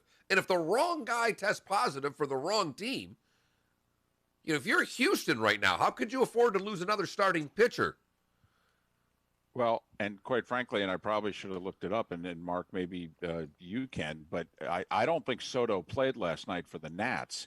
And there's been the ongoing situation in which, so Soto tests negative leading up to opening day, and then they get a test result back the morning of opening day in which Juan Soto's positive. And Soto is literally like, I have no idea how this happened. Well, apparently they have tested Soto a boatload of times since. And he has far more negative tests than he has positive tests, but he could never get the back-to-back negative tests. So Soto's like, I've got, leading up to my positive test and after my positive test, I've got all these negative tests, but apparently I can't put enough of them in a row in order for you guys to clear me. Bingo. And so now the Nats and Soto yesterday, midway through the day, were like, hey, he's tested positive his last two times. Is that enough? Tested negative his last two times. I'm sorry. He's tested negative his last two times. Yeah, thanks for correcting me. That's kind of a big difference. Well, and is that enough? And Soto has gone public with it, and the Nats have gone public with it. And remember, the Nats organization's pretty sensitive about the whole testing thing going back to right around July 4th and when they first started working out, when they couldn't even get their results back. Never mind what the results were. So the Nats already don't trust Major League Baseball and their testing process. And this is far and away their best player. You look at the Nats lineup without Juan Soto in it, they ain't making the playoffs. Period. No chance that lineup can make the playoffs. They desperately need, because remember, Ryan Zimmerman opted out, and the third baseman was playing for the Angels, Rendon. They had two big sticks in the lineup last year, Rendon and Soto. Well, Rendon's in Los Angeles. You take Juan Soto out of the Nats lineup, they ain't a playoff team. Yeah, they got 4 hit by the Jays yesterday, by the way. Yeah. That's where their lineup is right now. And no, Soto's not playing. He needs 2 negative tests in basically in back-to-back days is what the end of this is. He will need 2 negative tests. He and the Nats were claiming yesterday that they had him. And they were waiting for clearance from Major League Baseball. It's like, hey, we've had back-to-back negatives. This guy's got to play. He's got to play now. And Major League Baseball obviously didn't allow it. So we'll see if he plays today. But those are some of the things that are going on, and that's what I mean, David. All of a sudden, you get a pitcher, he misses a start. You're Houston, who's already down a couple of starters. That's why I'm going to hold my reservations until we're really at about 12 games. Give me 20% of the season, and then I think we can make some determinations on teams. All right. Because if you look at it that way, 20% of the season, 20% of a normal baseball season's around 35 games. That's mid-May. And the old adage of basically what you are at Memorial Day, if you take a snapshot of Memorial Day weekend as to what the standings look like, for the most part, that's who makes the playoffs. And that's 55 games, right? Yeah. Yeah, that's about a third of the way through the season. So I guess realistically then in this year, we'd want to get closer to 20 games to make that determination. Now, the Nats obviously were the exception to the rule last year because they were 19-31 a few days before Memorial Day last year. And we all know how their season finished. So just wondering how many more games you got to play until you go, well, my team's out of it. Thanks a lot, guys. Thanks for nothing, Danny. That was on the other day. It was the anniversary of it. That and Animal House, both. Animal House was released Sunday, like 35 years ago. Caddyshack might have been the day before, whatever their anniversary was. Ironically, the girl that does that line's the same girl that's the mayor's daughter in Animal House that gets pushed back in front of the house in the shopping cart. Right. That's right. Thanks for nothing, Danny. Thanks for nothing, Danny. Miller and Moulton. When we come back, I will make the case that what has happened this week is actually very good for the football season. That people are looking at this the wrong way. Glass half full, David. Order up a number 3 and supersize it for this next segment. Miller and Moulton. Streaming at millerandmoulton.com. You're listening to Fox Sports Radio, or you can watch us right here on twitch.tv. From Southwest Florida's news leader, this At is a Donovan. news update. He's got the ESPN headlines. It says Bolts extend boasts of 5 years, $135 million. It says, hey, at ESPN, the Tampa Bay Lightning are the Bolts. That football team in Los Angeles is called the Chargers. Lee County now has 5,647 more Yeah. cases. ESPN saying, what's hockey? Maple City Council is What? calling a What? special Huh? meeting again Huh? today to decide whether What'd to you implement say? a face mask ordinance. The start of the school year is now pushed back. Look at Heckle Hyde. 86% are liars, 1% are Miller and Moulton. Come on now. County parents need to choose how their child will learn this fall by tomorrow evening. Charlotte County I've ended, just so you know, David, I have ended my affiliation with Wink News and CBS Morning News on the show. I have gone right to Quick Pitch on the MLB Network.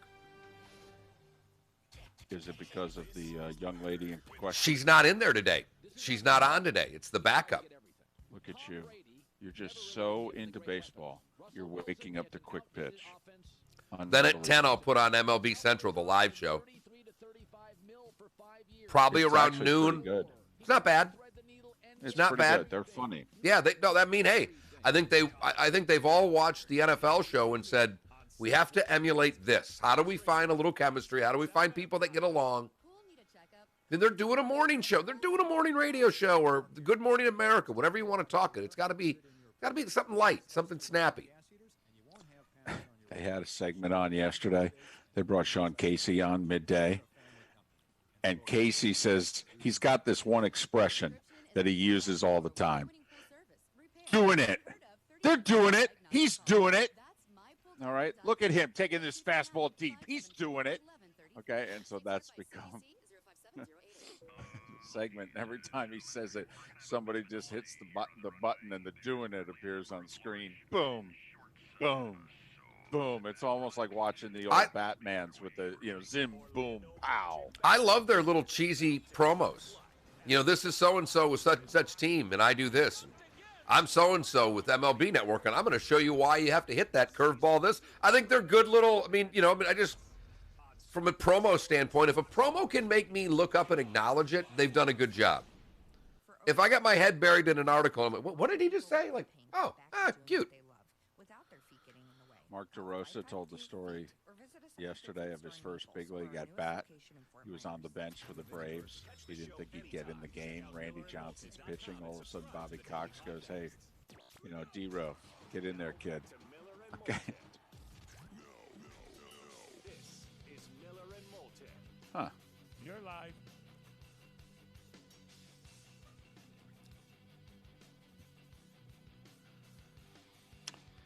"25 minutes past the hour. Miller and Moulton. Thanks so much for being with us. Southwest Florida's Fox Sports Radio. Are we going with the Wings poll question, or I'm gonna wait for confirmation from Magic City Strip Club as to who the other wings are named after and what the flavors mean before we can get that poll question up.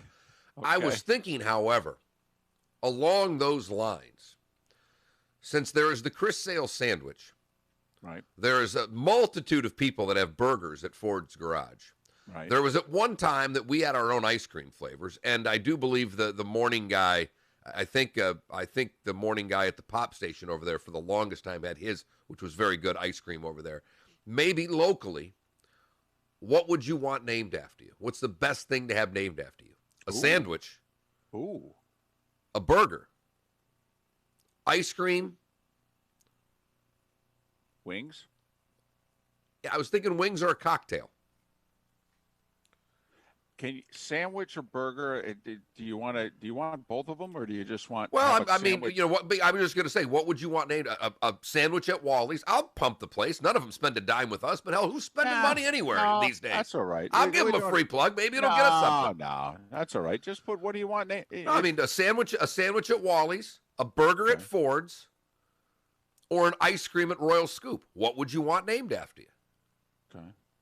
If you got another one, throw it at me at the Williamson Brothers Marine Talk and Text Line. Maybe you'd want a text line named after you. If they cop out, you can name it the Jim Smith Talk and Text Line. We don't care. The check cashes, we'll name it after anything. I've wanted to rename my house for years. I'll put signage on the roof. Boy, the HOA is going to love that. But, Mark, we may have just hurt ourselves here because the Williamson Brothers folks may be listening and going, man, we just put our name on a text line. These guys have the right idea. Maybe we should lobby one of these other places, get our name on a damn sandwich or a drink. Go for it. 479-5551, by the way, if you have a suggestion, 479-5551. We'll wait on a fourth until the break. And at this time, David, take over. As you described heading to break, you are a glass half full football guy.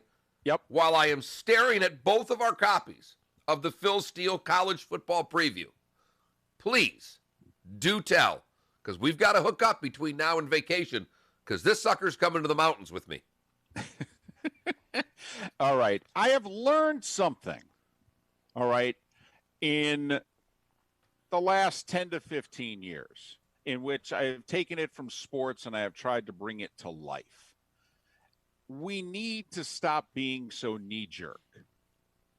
We need to take a moment, take a breath. Don't be afraid to actually think about something. Don't just react. What was 2 days ago the overwhelming reaction on Monday? Oh, the Major League Baseball season is over. That's it. They're going to have to shut it down. Don't even know if there'll be games tonight. Well, the Marlins are definitely done. They're not going to be able to play. And Major League Baseball, now you may fault them for it, but Major League Baseball said, yeah, take a deep breath here. We kind of thought about this before we started playing. That's why we had this 60-man taxi squad. We thought something like this could happen. Now, we're going to take some time here. We're going to make sure the Phillies are safe. And we're going to find out just how many Marlins have it. Because obviously, this is an outbreak. But then we're going to keep on playing. And so far, the only team that has guys who have tested positive since the season has begun, that would be the Marlins. And so Major League Baseball's like, we're okay.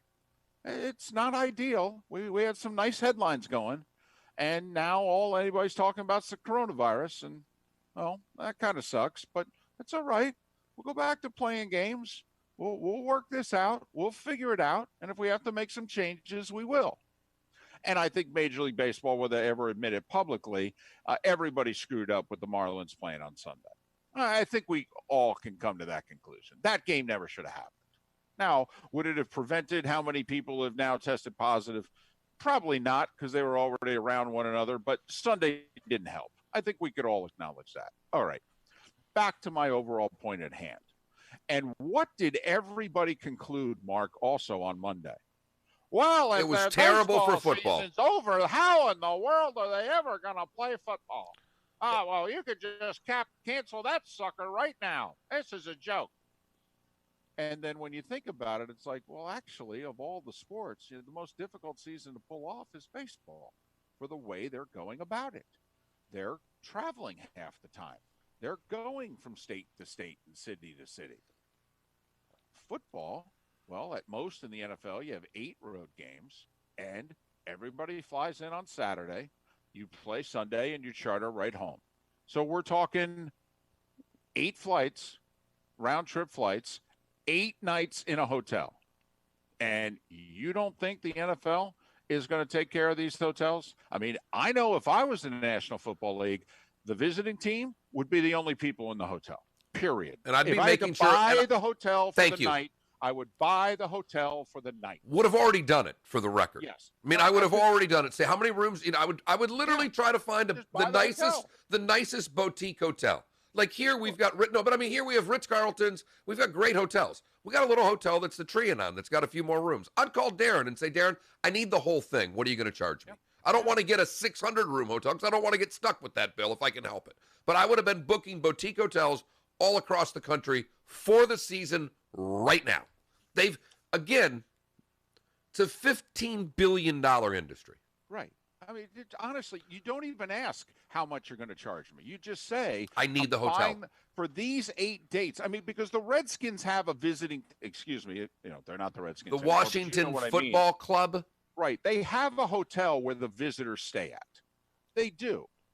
And oftentimes they all stay at the same place. Now, some may have had a bad experience and they have picked a different hotel or what have you. But for the most part, this is the hotel where the visiting teams stay at. All the franchises have their one visiting team hotel.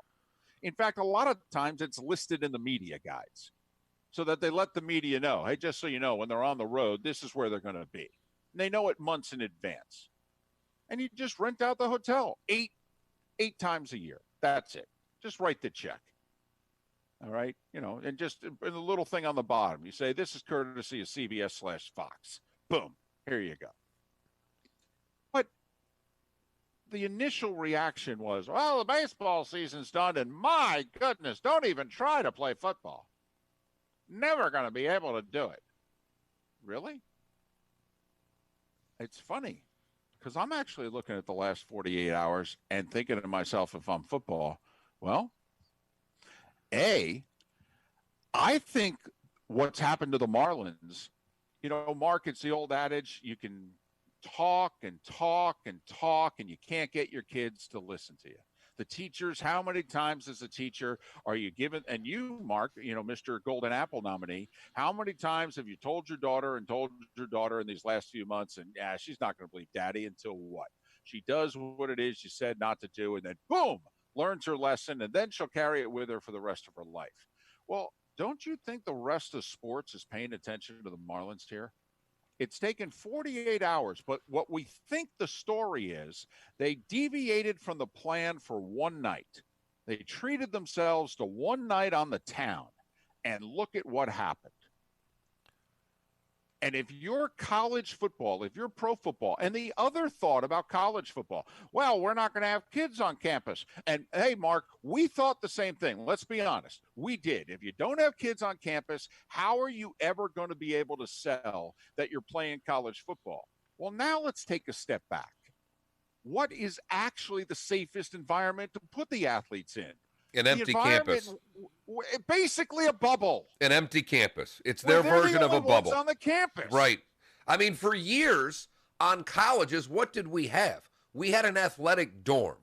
They ruled on campuses, you can't do that. We can't treat these guys and differently. They've got to be part of the campus. Hey, might as well go back to the athletic dorms. You know, I lived in Case Hall at Michigan State. It was right across from the football building. So by that rule, we had a lot of freshman football players that lived in our building because it was across from where they trained. I would just make that dorm where the football players stay now. Seems pretty simple to me. And I would actually be inclined to try to spread them out into the other dorms. I would try to, because if, you know, God forbid you have one or two people in the dorm, it could go through the whole team pretty quickly. There's a part of me that would want to be like, I'll put 12 guys here, I'll put 12 guys here, and I'd spread them out at 8 different places. But, you know, we'd figure it out. And trust me, with no one in those dorms, you could do that. Yeah. You know what I mean? There's plenty of room to have their own wings, and absolutely. And so think about what the conventional wisdom, and I say that term very loosely, has been in the last 48 hours. And now take a deep breath and a step back and talk this out. Now, maybe this is just the too much glass half full scenario. This is maybe wanting it too much, being too optimistic. But I really believe that the Marlins lesson is going to resonate, because it's also something that all the other coaches and ADs and what have you, this is fresh in everybody's mind. It doesn't matter if you're in college, you're in a pro league, the whole deal. Hey, look at these yahoos. Just one night. They couldn't stay in for one night. Had to go out for 2 to 3 hours. Had to have Magic lose wings. And now look what happened. David, I love every point that you made. I will take the counterpoint in just one simple way here, because you're right.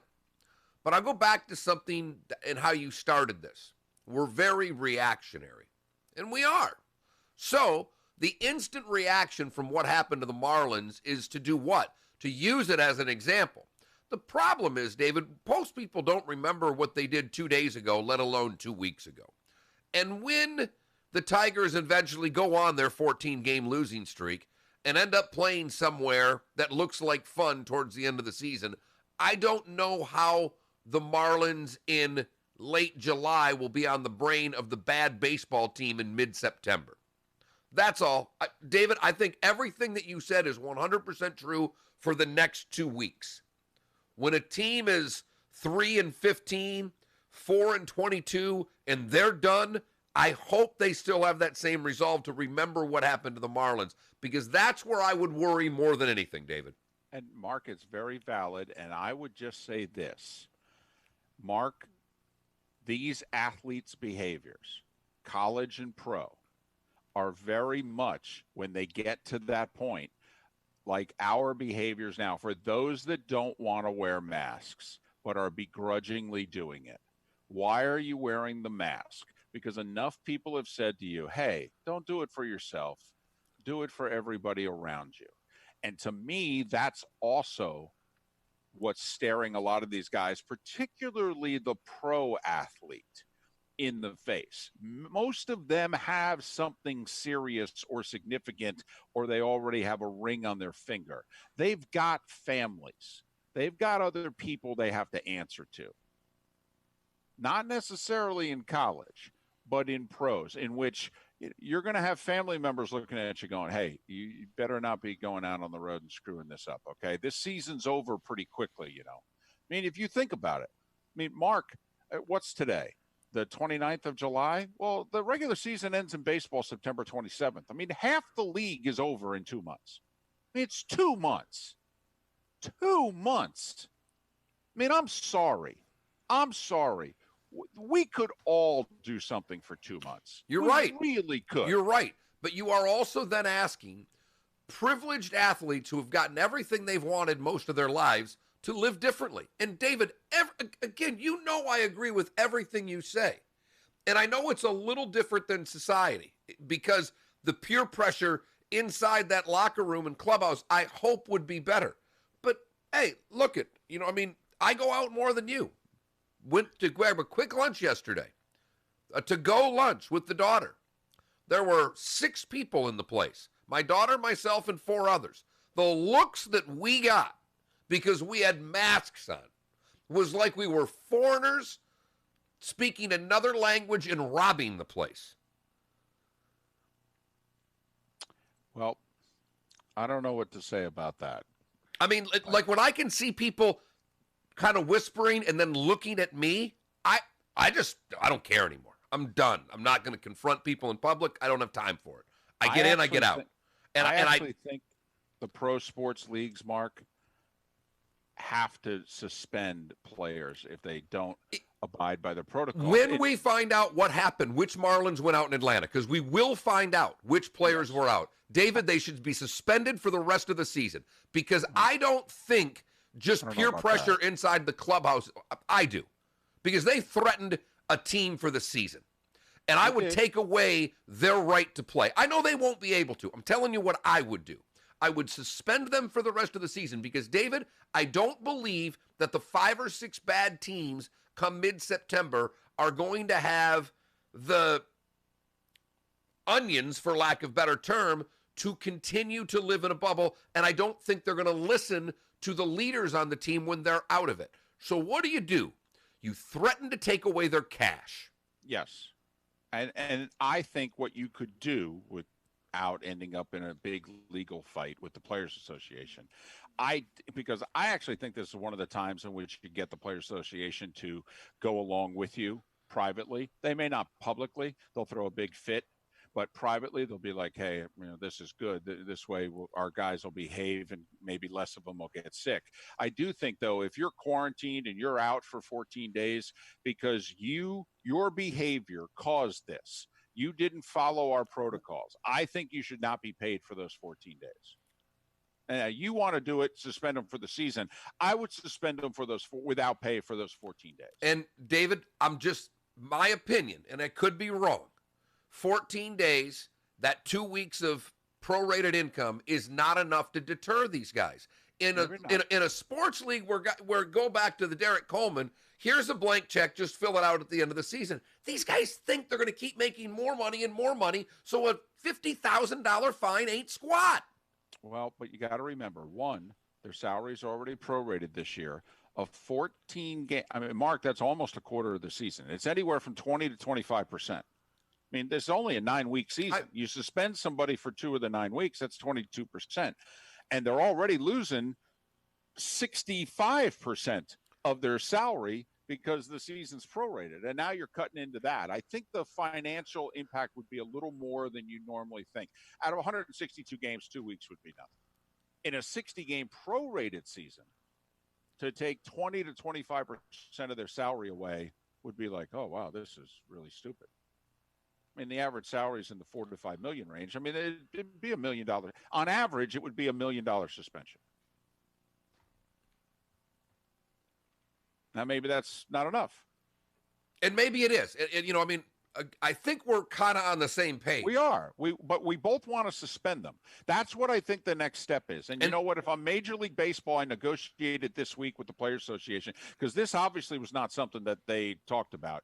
But now going forward, I really want to, if I'm Manfred, drop the hammer, and I'm willing to drop it and fight you guys in court over it. And that's why I think it's imperative what you talked about, going to the union and getting some behind closed doors support. I don't care what you say publicly, because you cannot. And unions always have to stick up for the one guy. Well, these 1 or 2 guys could have effed this up for everybody, and I don't know why a union wants to stick up for that guy. I don't. That's why I've never understood unions. It's why I've always had that problem. If you listen to the show, I'm not a union guy. Like, we thought the NBA should have suspended Lou Williams on top of giving him the 10-day quarantine. Should have suspended him. Should have said that your actions were reckless. All right. And you're endangering. We're spending. And by the way, they now have saying they're spending about $180 million on the bubble that they've created.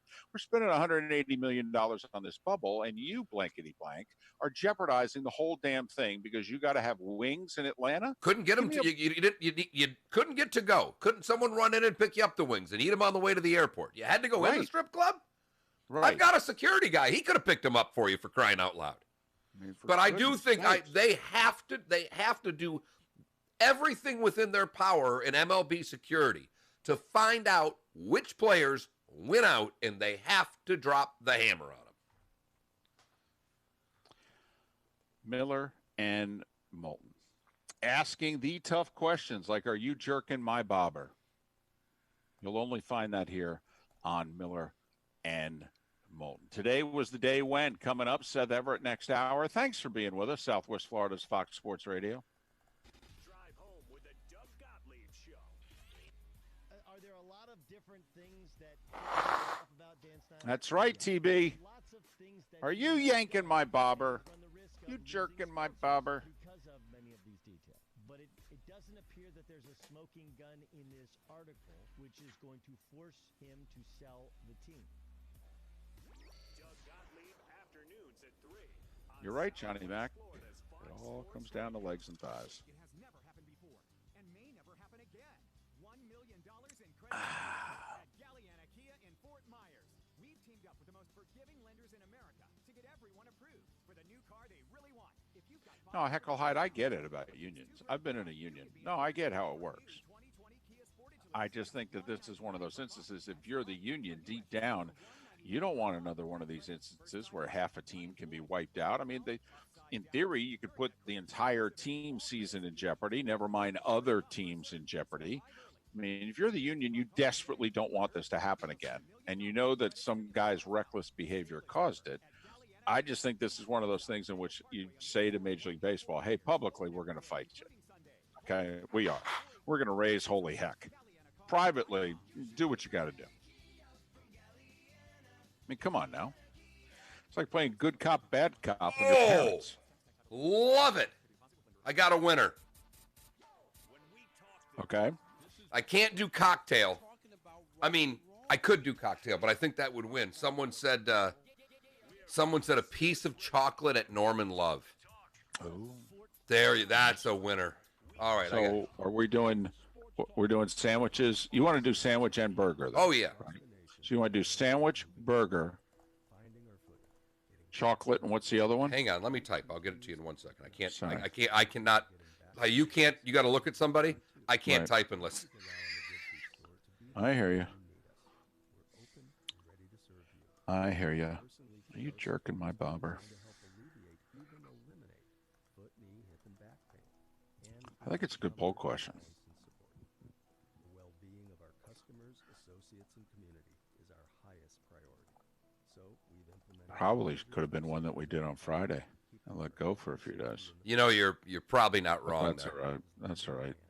We just keep it going. Hell, we could do it for 2 days. Just as we have for a quarter century, we're helping to improve the quality of people's lives 2 feet at a time.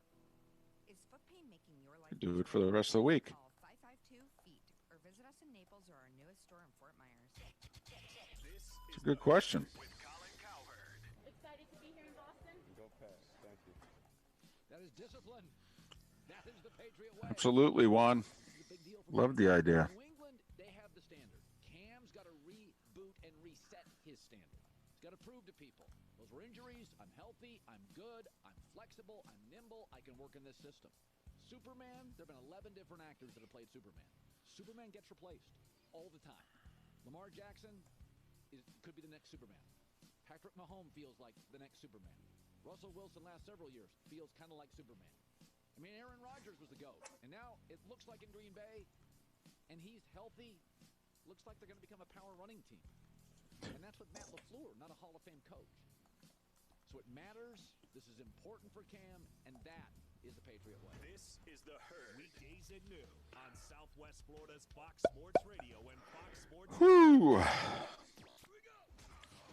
So, burgers, sandwiches, chocolate, and ice cream. Yep. You're live.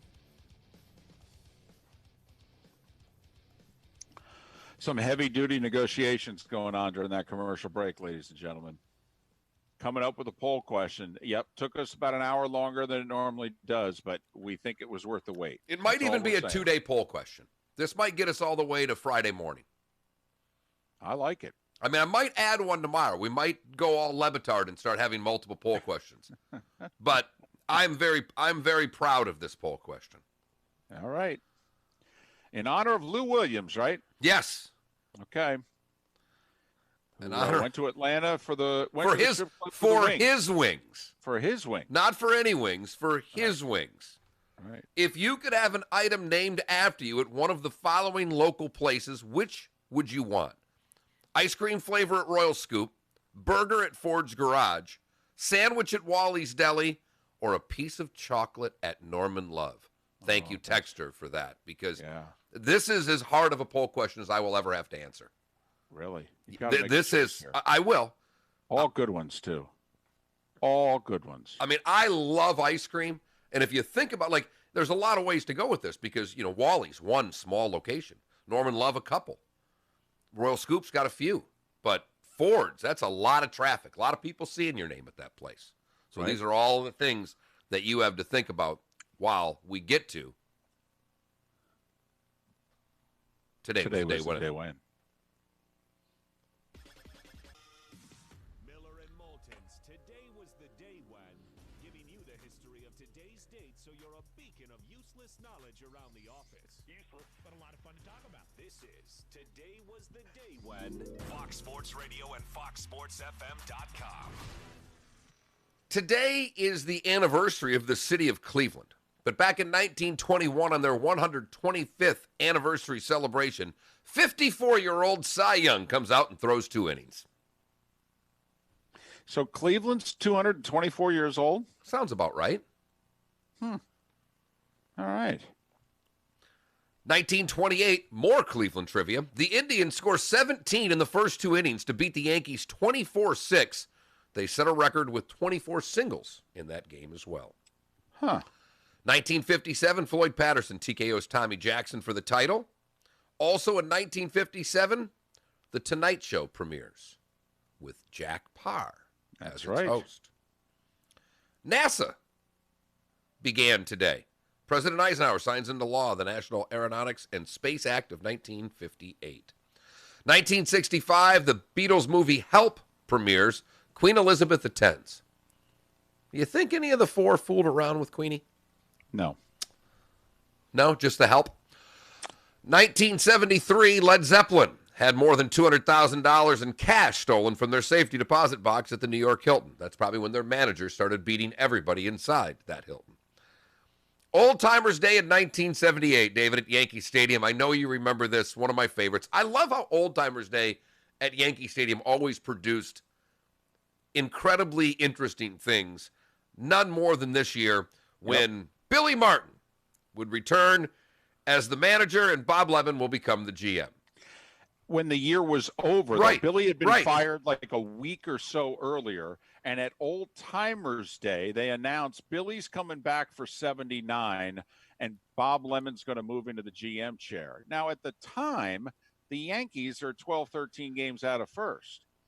The Yankees in 78 chased the Red Sox down, beat the Dodgers in the World Series, and Bob Lemon gets demoted, essentially, because being general manager for George in those days was you didn't do a damn thing except take orders. You were working at the deli if you were the GM of the Yankees. It was today in 1986 the jury rules that the NFL violated antitrust laws, awards the USFL $1 in damages. Trebled, though. Right. $1. All right. Times 3. Yeah. Ben & Jerry's and Jerry Garcia agree on their new flavor today in 1987. You know it as Cherry Garcia. 1988, Rick Sutcliffe steals home, the first pitcher since Pascual Perez in 84 to steal home. Pascual Perez, if I'm not mistaken, is also the Braves pitcher that missed the game because he just kept driving around 285. Atlanta. Got lost. Kept driving the perimeter. Yeah. Couldn't find the stadium. Lost. He was on 285 and couldn't find the stadium. Right. Showed up in like the 6th inning. They're like, where were you? He's like, I got lost. How do you get here? I don't even know how I got here. That's such a great story. If you were born today, you share your birthday with the great Ted Lindsay, born today in 1925. Another great on a totally different level. You may know him from wrestling. You may know him from Cyndi Lauper videos. Captain Lou Albino, born today in 1933. I love the rubber bands. Right. Bottom of the beard. Absolutely. He was a mess. Just a train wreck. Shirt always, sweating, unbuttoned, untucked. Was Cyndi Lauper's dad in the Girls Just Want to Have Fun video. Right. Captain Lou Albano. Not many times we can get Cyndi Lauper brought up on a sports show. Peter Jennings, born today in 1938. Geddy Lee, born in 1953. And Rain Dakota Prescott, happy 27th birthday. You know him better as Dak.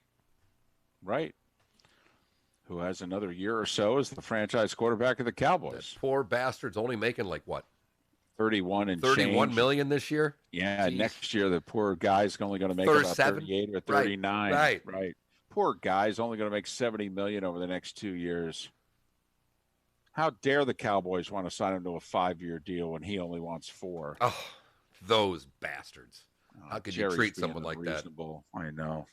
Mistreat him. And Aaron Rodgers making comments that I know the end of his year, and Jerry's going, you mean I can get Aaron at the end of his career for a couple years in Dallas instead of Dak? Please. Okay. Aaron might play for free behind this offensive line, Dak. Are you kidding me? With Zeke and actually Cooper, a receiver, the ones that Aaron thought they were going to draft when they traded up in the draft. Right, guys he used to have when he first started being the starting quarterback. Now he's got Devontae Adams and who? Unbelievable. So today was the day when, we haven't even talked about Mahomes buying a part of the Royals yesterday. Do you think he really bought it, or do you think they just gave him a percentage? No, I don't think they give away even a percentage point of a team. But I want to know how much he bought. I'm curious. I think it's cool. And he said, I love this community. I just want more and more roots. And I love it. Star quarterback of the Chiefs buys a piece of the Royals. Man, if you're a Kansas City sports fan, how great is this? It really is. We have the had face of the NFL. He's your guy. Between Len Jennings and Soren Petro, we've had a lot of people in the Kansas City area on the show. Has anybody ever said a bad word about Mahomes? Oh, yeah. And yesterday he just bought into the Royals. Let's face it, these are stressful times. New routines, the constant bombardment of bad news, and trying to keep you and your family safe all the time. It's Frank for Center for Men's Health. During these stressful times, your mood is so critical, and nothing's more important to a guy's mood than testosterone. The single greatest issue for guys with low T is mood, and the single greatest change for men that get low T care is a greatly improved mood. Many are grumpy when they start, and most can't believe how much their mood improves once they get treated. And everything improves once your mood improves. Feel the difference C4MH.com can make in your life. I've been a patient of C4MH.com for a couple of years, and recently I've lost 20 pounds because now I have the energy to work out from home. And that'll put you in a good mood too. C4MH.com's express treatment plan is convenient, affordable, and above all, safe. And with locations all up and down West Florida, there's one near you right now. Find out more. Go to C4MH.com. You can't watch baseball while driving. Mowing, running, walking, fishing, golfing, or while doing anything else you like to do while on the go. And this year, you can't even watch baseball in a ballpark, but you can see the game on the radio. Where stance so still at the plate when the Marlins play. Now the pitch. Oh, well done, John.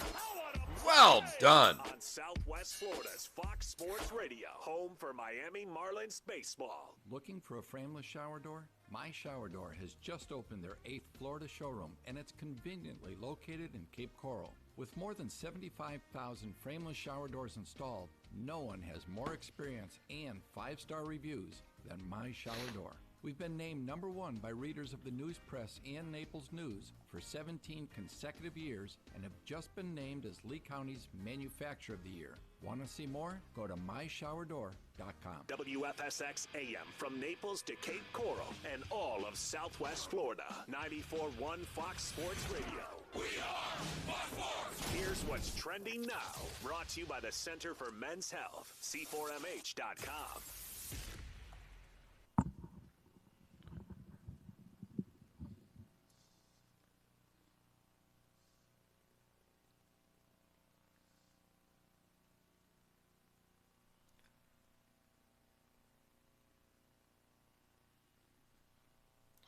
Wow, how about that? Of our little thing here, the only, looks like Norman Love is the only one without a Twitter account. See if Ford's Garage has one.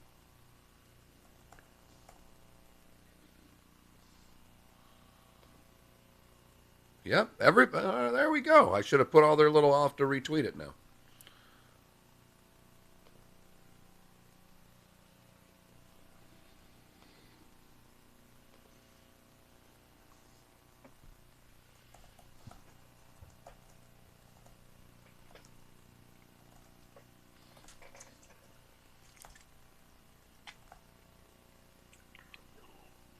There's only one way to wake up in the morning. How the heck are you?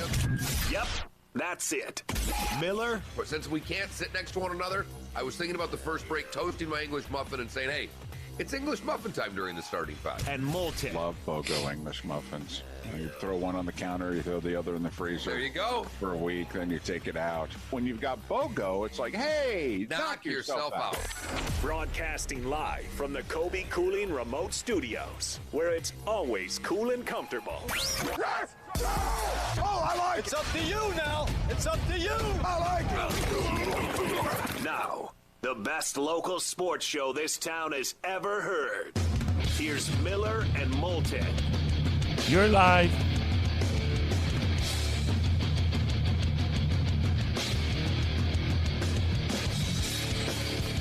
Couple minutes past 8, final hour of our Hump Day edition of Miller and Moulton. Thanks so much for being with us. Southwest Florida's Fox Sports Radio, streaming at millerandmoulton.com and broadcasting live on the Miller and Moulton YouTube and twitch.tv channel. Seth Everett to join us coming up in about 25 minutes time. And Seth is the one guest that you can see when we bring him on the show on our twitch.tv channels. He hooks up and you can see him. It's not just a graphic. You can actually see Seth. So makes it even more interactive. Once again, another reason to sign up for the Miller and Moulton twitch.tv channel. 479-5551 is how you can chime into the show on the Williamson Brothers Marine and Roofing text line, 479-5551. We think we have a terrific poll question, and I credit Mark for also giving some love to the four sponsors.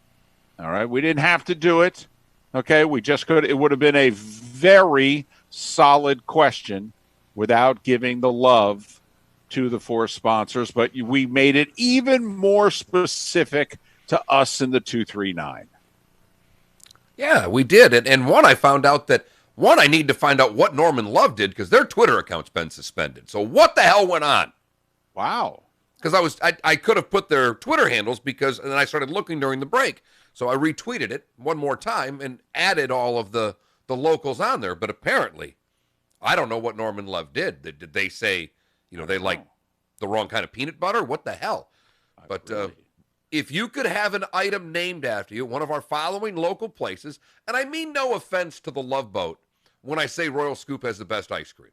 There are a lot of people out there that think that the Love Boat has better ice cream than Royal Scoop. I may one day have to sit down and go mano a mano to come up with what's happening there. Ooh, the little, back in the day, the Coke Pepsi Taste Test Challenge. Really? You want to do that? Royal Scoop versus Love Boat? Well, there's a part of our new website, David, that says blog because there has been an attempt to get you to write again. And I am very much thinking about adding my own restaurant reviews. It's one of the jobs you've always wanted. I'm so jealous of Jean LaBouffe, the News Press food critic. Yep. You have always sent in helpful hints. Okay. You've sent in your own little critiquing their critique.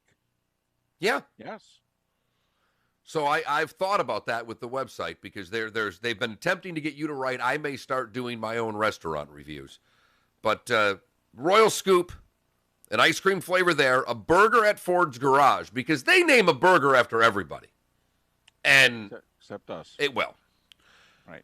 A sandwich at Wally's Deli, or a piece of chocolate at Norman Love. Right now, the burger and the sandwich way out in front, early voting. Way out in front. Our audience doesn't have the sweet tooth. No. Right now. No. Huh. Oh. Get the women involved. All right. Those numbers will perk up in a hurry. So I love the question, though. It's in honor of Lou Williams of the Clippers, who went to the strip club in Atlanta to have some of his wings. So we asked you if, basically you're going to break quarantine, you're going to put the bubble in jeopardy. What is it that you want named after you? The food item. It's a tough one. Someone did, as we were talking about suspending the baseball players, David, someone pointed out there's a federal law that if you have to quarantine for COVID, your employer must pay you for 2 weeks. Not sure how that would apply to MLB. I'm not sure how it would either. Not at all. I will say that I think they may have to pay them for COVID, but would they be able to suspend them for not following their rules? And I don't, again, I would suspend them for the rest of the season. I know that I couldn't. The baseball union would flip out. But I think that MLB has to be in unison with their union, and David does as well, that they need to put their security people on Atlanta and find out who left, where they went, and take strong action against them to deter anybody else from doing the same damn thing. Marlins are done for the rest of the week.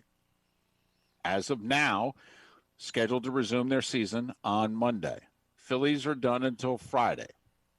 So far, all of the test results that the Phillies have gotten back, their players are negative for the coronavirus. Now, we know that it often takes a little bit of time. This is the danger here. The Phillies could test negative all week and then suddenly test positive next week. I mean, we've even seen it at the White House where certain staff members are negative, and they're literally boarding Air Force One, and they're tapped on the shoulder going, yeah, you got to leave. You tested positive this morning. Huh. I'll be damned. So, but as of right now, it is just the Marlins, albeit half the team that was in the dugout on Sunday has tested positive for the coronavirus. And the one thing that Rob Manfred said, Mark, before the season started, when asked hypotheticals about what are you going to do about the coronavirus and, would you ever shut it down or would you shut a team down? And he has been pretty consistent about this from the get-go. He has said, if there is an outbreak in which we feel that that team is at a competitive disadvantage, now we can then all start to insert our jokes about the Marlins, okay, and having been at a competitive disadvantage for a while, but you know what we're getting at here. I mean, the original 4 players who tested positive for the Marlins, I believe, were 2 starting outfielders, a starting catcher, and that day's starting pitcher. And yet the Marlins still won on Sunday, 11-6. But now with this many players having tested positive, baseball is, remember, they're not pulling the Marlins out of the equation for 2 weeks. They're still going to put them back into play as of right now next week, where you could argue if you've got half of your roster on a 14-day quarantine, well, you're at a competitive disadvantage, but not enough to completely shut them down, according to Major League Baseball. Because as Manfred said, hey, we got this 60-man taxi squad for a reason. And the Marlins have upped their testing, which baseball was doing every other day. Now the Marlins, Derek Jeter announcing yesterday, they're going to test every day. They're still in Philadelphia, the players that are quarantined. They have not left yet. They're in that hotel.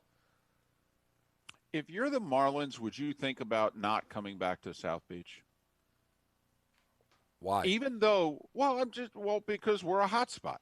Would you, because there are other cities who have raised their hand and said, listen, because one of the stories that got a little bit of play yesterday afternoon, the Nationals, middle of the day yesterday, the Nationals took a team vote and said, we don't want to go to Miami for the Friday, Saturday, Sunday series. But was it because it was playing the Marlins, or was it because they had to go to Miami? And I think it was the former, not the latter.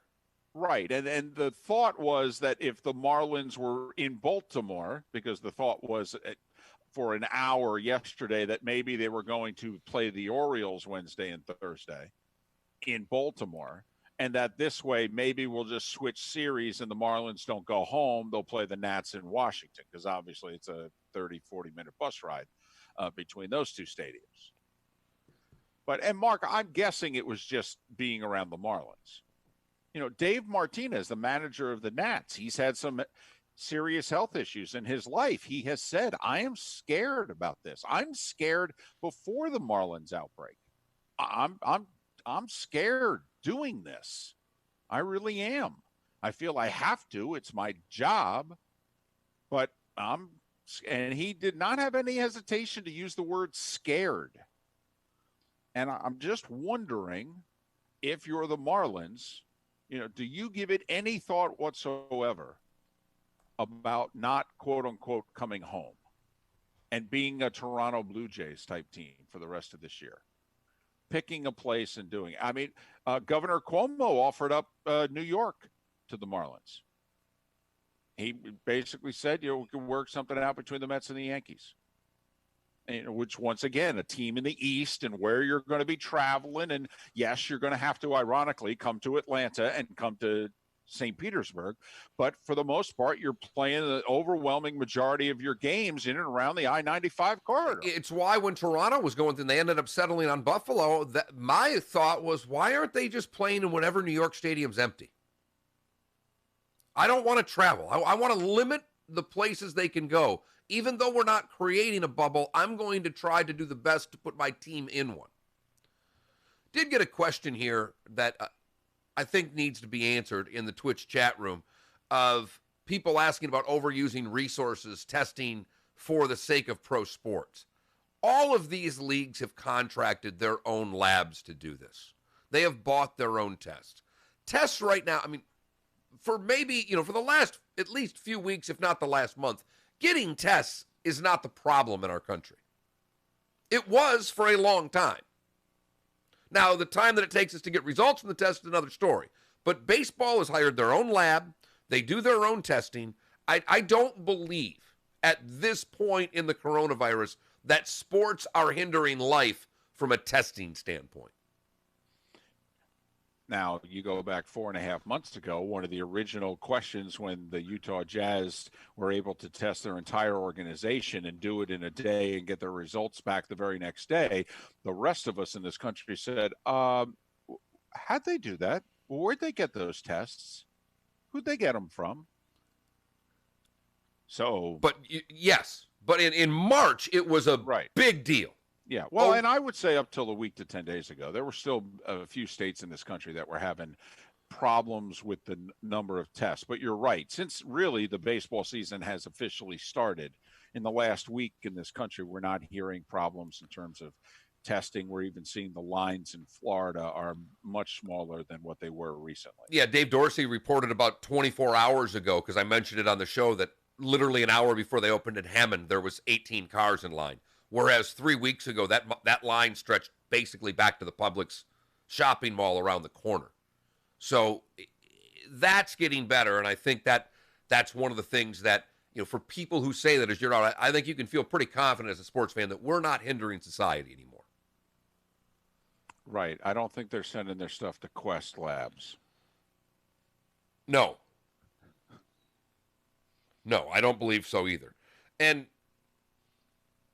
479-5551, 479-5551, the Williamson Brothers Marine and Roofing text and talk line. I actually like what Major League Baseball did yesterday.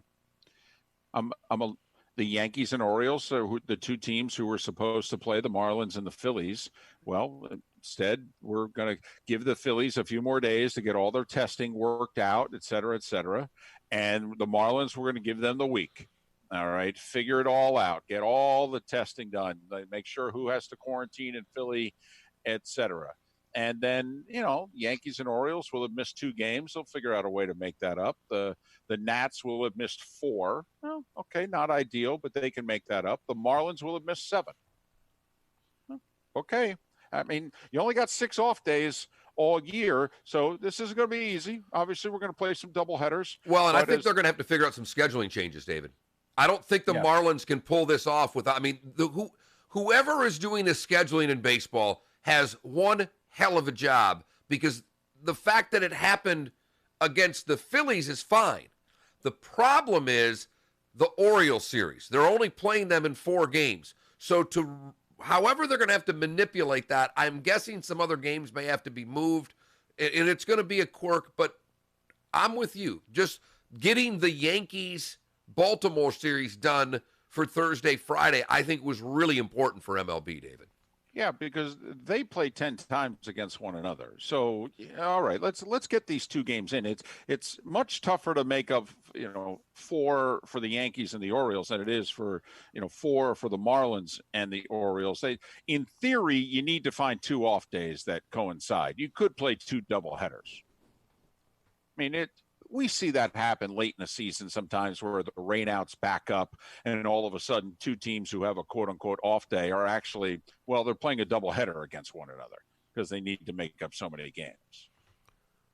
And we also joked that we don't think, Major League Baseball will never say this out loud, and it will be ironic if we actually get halfway through the season and the Marlins and or the Orioles are around 500 and contending for a playoff spot. But come on, we all chuckled earlier in the week in which it's like, making up the Marlins-Orioles games. Like Major League Baseball is really going to worry about that. Like that's going to be important. Who knows? And I hope like hell it is.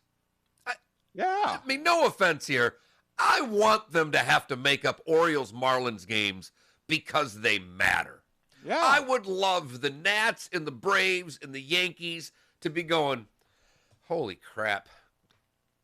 If Baltimore sweeps us, they're going to take our spot. That would be you have to, in this season, be rooting for anyone who's bad.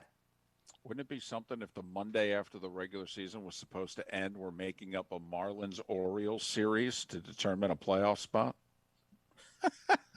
Would be absolutely spectacular on so many fronts. And, here we are, the Red Sox, who have always been it, they're off to a 1-4 start. The White Sox, who were supposed to be a team to keep an eye on, off to a 1-4 start.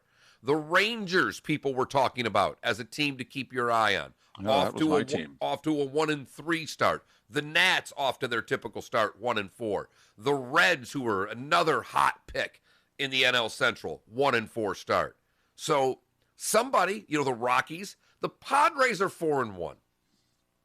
If you're a non-baseball fan wanting to upset the apple cart, become a San Diego Padre fan. What else do they have there? They lost the damn Chargers, and the Padres went out, picked up a few players. They're pretty young. And every game counts for 2.7 games of a regular season. So if you're sitting here going, big deal, they're 4-1. Do you know what 4-1 would be in a regular season? 11-3. That's what 4-1 equals. 4 times 2.7 is 10.8. So, and then obviously, round 2.7 up. So a team's off to a 4-1 start. Well, how big of a deal is that? Well, if they got off to an 11-3 start, what would you be saying about it? That's why, believe me, it saw a lot of fans complaining on Sunday. There were a few closers that blew saves. And, blowing a save in a 6-month season, whatever. Blow a save in a 60-game season, that feels like a big blanking deal. It's almost 3 games that you've blown. We'll say this about the Cubs. They do have a bullpen problem. They may be 4-1, but they are building as big a leads as possible and holding on for dear life. Craig Kimbrell looks like he's got nothing left. Nothing. Is afraid for guys to make contact. You can just see it on the mound. He is pitching around contact. That is not good. Well, and I think what's going on right now last night I happened to lock myself into the Braves game, and their pitcher comes out in the first 2 innings, and can't miss. Cannot miss. And in the 3rd inning, it was gone. And he can't hit the plate. I think it was a hit batsman, 2 walks, and all of a sudden the Rays have an inning. You have so little preparation, so little spring training, that when these guys' mechanics gets off on the mound, it's going haywire in a hurry. Listen, I understand most people are probably not paying attention to this, but a guy who's been a mainstay on the Braves for the last 4+ years, Mike Foltowitz, he was the starter Monday night in St. Petersburg, his first start of the year. Now, he pitch the deciding game of the playoff series against the Cardinals and through batting practice. And apparently during this 3-week rev up, he did not have his normal velocity. He's been pitching in close to the mid 90s, and now he's down in the very low 90s. So they're worried about him. They threw him out there against the Rays. It didn't go well. They cut him. This guy's been a mainstay in their rotation for 4.5 years. All right. And they cut him. And after the game, the manager, Snitker goes, listen, this is not easy. We all love the guy, but hey, he didn't have it all spring, and we threw him out there to give him a chance. And this season's too short to just keep throwing him out there and let him work through it. Can't afford to do it. And so, maybe we'll get him back on waivers and put him on our taxi squad and he can work his way back. But don't know what to tell you. Can't afford it this year. I mean, one start. They cut the guy. The guy was like their number 3 starter. And David, it's interesting because, I'm Mr. Baseball now, but it's funny. It's what they were talking about yesterday on the MLB Central show, is that your analytics in baseball have meant everything for the last, 4 or 5 years, maybe even a little longer. That we've worked through games by handing people lineup cards, pitching certain ways to certain people. And the 3 of them are openly discussing that, yeah, we get it. And we're not dismissing the analytics. But there's not time for the analytics this year. Right. It's a little more hunch. And they basically said, you cannot be loyal to anyone. I don't care if you usually bat first in the lineup. If you're not getting it done, I've got to move you to 8th or whatever the case may be, because this is a sprint and all rules are off. And to your point, that's why he was cut. Yep. Loyalty is out the window. Yeah, they said they love the guy. All right, normal season, we would have stayed with him, but this season, can't afford it. And translation, hey, we got to make the playoffs. I mean, are you kidding? Do you know what this type of season would be if we don't make the playoffs? We've won the division the last 2 years. We can't afford a guy going out there 5 times throwing BP to work his way out of it. This ain't April, and we'll see you May 1st. You have 5 bad starts. That's half a season. Miller and Moulton. Seth Everett to join us coming up. The good, the bad, and the ugly, roughly 25 minutes away. 479-5551 is how you can chime in on the Williamson Brothers Marine and Roofing text line. Make sure you take part in our poll question at millerandmoulton.com. What is it you would like named after you? A sandwich at Wally's Deli, chocolate at Norman Love's, ice cream at, what's that? Royal Scoop. Royal Scoop, and the burger at Ford's Garage. One of our better poll questions, if we do say so ourselves, at millerandmoulton.com. Seth Everett next. Thanks so much for listening. Southwest Florida's Fox Sports Radio. Ladies and gentlemen, we're going to have a bit of a delay here on the runway. There's currently a number of large men in shorts ahead of us, so sit back, relax, and we'll be underway shortly. Orlando Magic basketball is about to take flight. Every high-flying, rim-rocking play. Dumped again! This is unreal! Will be heard right here. The season resumes. Named after you has always been the question. Where the hell have you been? I wonder if Seth's coming on via... Summer clearance event going on now at Galliana Chrysler Dodge Jeep Ram. Lowest prices ever on over 1,500 new and certified pre-owned vehicles. All new Jeep Gladiator lease, $259 per month. Loaded luxurious Grand Cherokee Limited lease, $279 per month. New Ram Bighorn Crew Cab lease, just $299 per month. That's right, award-winning Ram trucks, $299 per month. Plus at Galliana Chrysler Dodge Jeep Ram, you can drive payment-free for 3 months, interest-free for 6 years, and worry-free up to 100,000 miles. Plus, our parts service and body shop are open to serve you. Summer clearance event featuring Ram Bighorn Crew Cabs for $299 per month at Galliana Chrysler Dodge Jeep Ram, 1/2 mile south of Daniels Parkway on US 41 in Fort Myers. Open every day, including Sunday. Call 239-481-2600. GallianaCars.com.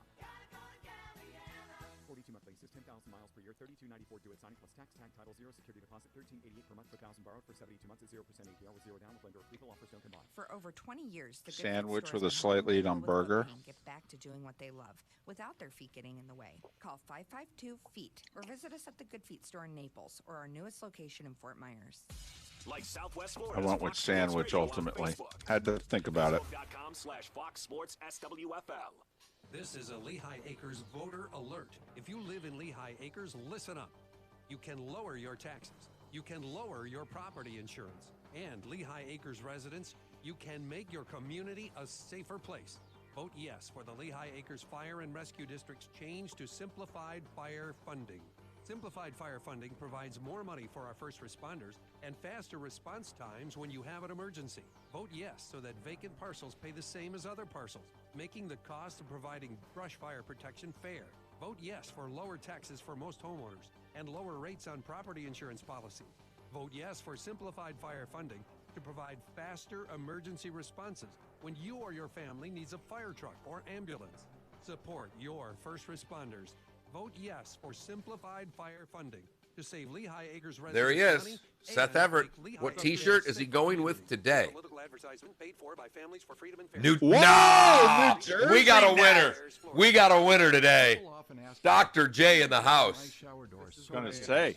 My new game that I want to play with you guys. Love it. What we I'm gonna did try to is we find took our random family shit. business. We hired great talent. That trained also our that staff, logo and developed everything. our That product. looks like when they Now, still after played. 17 I mean, that could years, be My New Jersey Shower Nets Door from the has rack. 8 frameless shower door showrooms with our newest in Cape Coral. If you're But I'm looking not for a. frameless I'm a shower little door young for company Dr. that you J. can So trust I'm and a research, Daryl and you wanna Dawkins, see more, Buck go to Williams. Oh, the 84 Nets. Now back to Miller and Moulton. All right, now we're getting somewhere. This is Miller and Moulton. You're live. 27 minutes past the hour. Thanks so much for being with us, Miller and Moulton, Southwest Florida's Fox Sports Radio. That's Seth Everett. You hear clearing his throat. Sorry. All right. How are you? What's up, guys? Well, You guys have first had off, great shows this week. well, thank you. We've got a thing going when Seth makes his weekly appearance on Miller and Moulton. We're all of us are into our Twitch.tv channels. And Seth is the one guest that right now, when we have him on a regular basis, we can see him. And so Seth has come up with his own weekly theme for appearing on this show. Random sports T-shirts. Yeah. So what do you got today, Seth? So the first week, I wore a Devils. classic Seattle Supersonics, and then last week I wore New Jersey Devils, and you guys have had good reactions. And this week I decided to go with the old school. Oh, look New at Jersey that. Nets. That's damn near ABA Nets. That's so good. That is, yeah, that was their logo, and that was that was my team growing up, and it was one of those things where I love old logos, and I have so many random old teams. I have teams that don't exist anymore, and I'm gonna whip them all out because literally we're in a pandemic, and this is fun. Right. Well, there's a vintage, I don't know, hockey site or something along those lines that sells.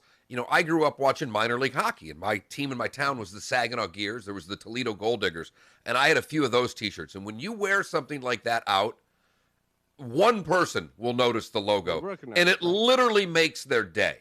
It's my favorite thing about the old T-shirt. I did notice, Seth, by the way, you threw a picture up the other day of your little dog there, and his blanket.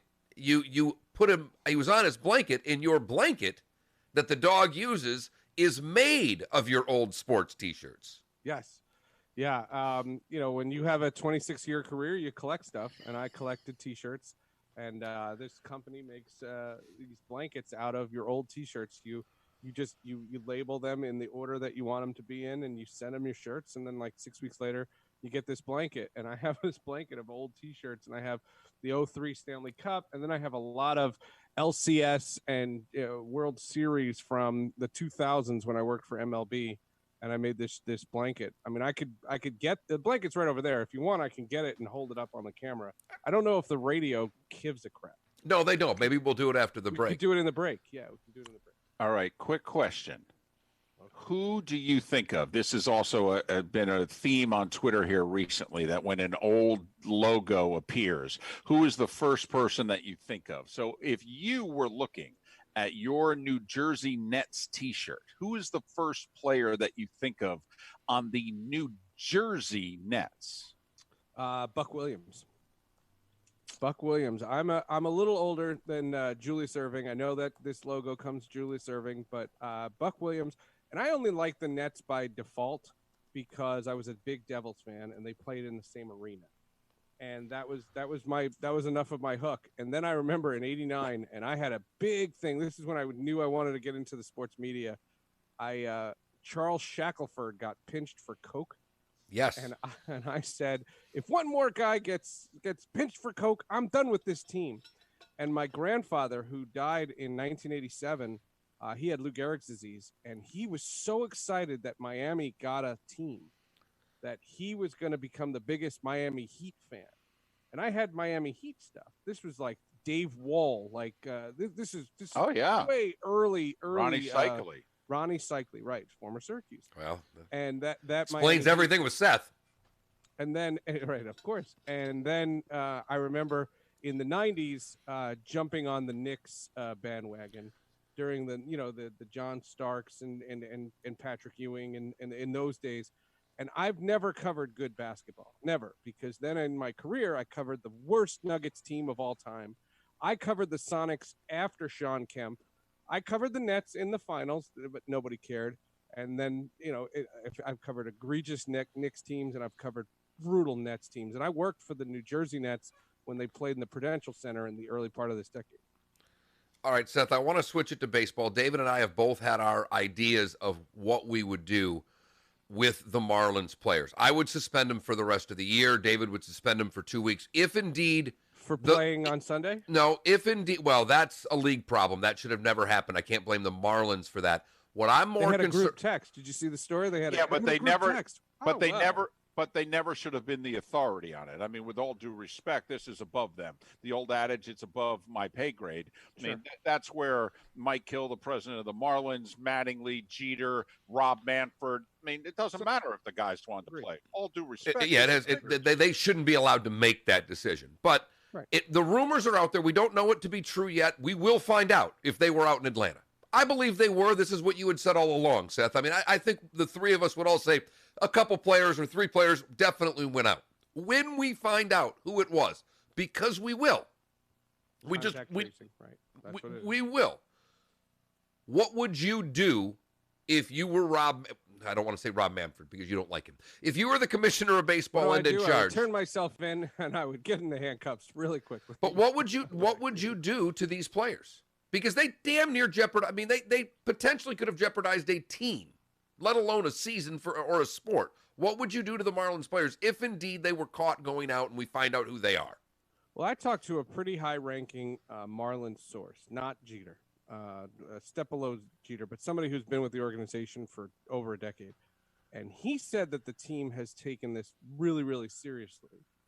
He did not reference something in Atlanta. He referenced something else in Atlanta, in that the Marlins catcher and the Braves catcher who tested positive, that they hugged on the field, that this was something that happened on the field, and people were like, dude, don't do that. And the Braves catcher tested positive, and they think that's where it came to. I know that the media has gone and said, and I've read what you're saying about, it was Atlanta, and this is where Lou Williams hung out. And I don't know if you saw what I did on my Twitch show, because we kept playing 50 cents in the club every time we were checking in on Lou Williams. And this idea that just because we assume that they went out and partied, but the Marlins source that I talked to says ever since they showed up for summer camp, they took this very, very seriously. They had team meetings and everybody talked about it, and they took this seriously.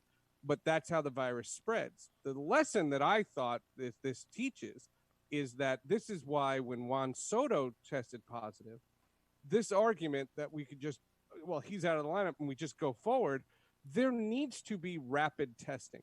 And when I say rapid testing, not every day. David, you made that argument with me, when you filled in on the Twitch show. The argument has to be a compromise in that I don't need rapid testing every day, but if there's a positive case on one guy in a clubhouse, you have to presume that everybody in that clubhouse has been exposed. Because if you've watched baseball games, there is no social distancing in the dugout. There's high fives all over the place. And I don't know what the protocols were written for if you're not going to enforce them. And if you're not going to enforce them, then it's just a matter of time. He's Seth Everett. It's his weekly appearance on Miller and Moulton. Seth, of course, with the two great podcasts, Sports with Friends and Hall of Justice. And you can follow Seth on Twitter at Seth_Everett. So you wouldn't, if you assume what Bob Nightingale and others threw out there late yesterday, that it was some behavior that they went off script.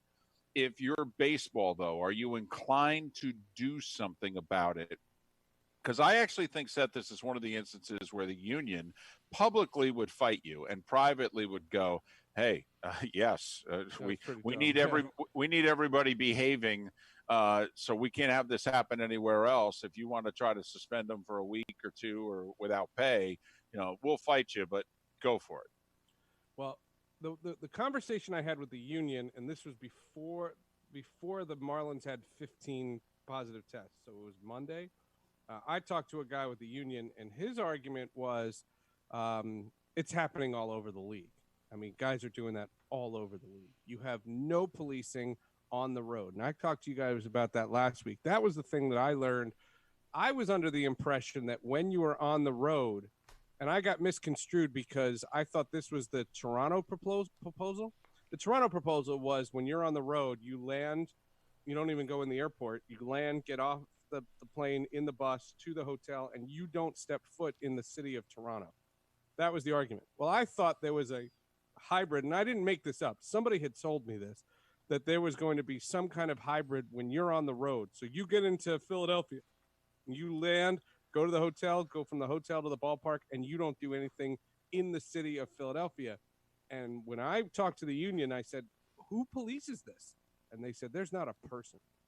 So every player who's in a hotel, who's been cooped up for 4 months with their spouses or families or whatever their situation is, they are going hog wild.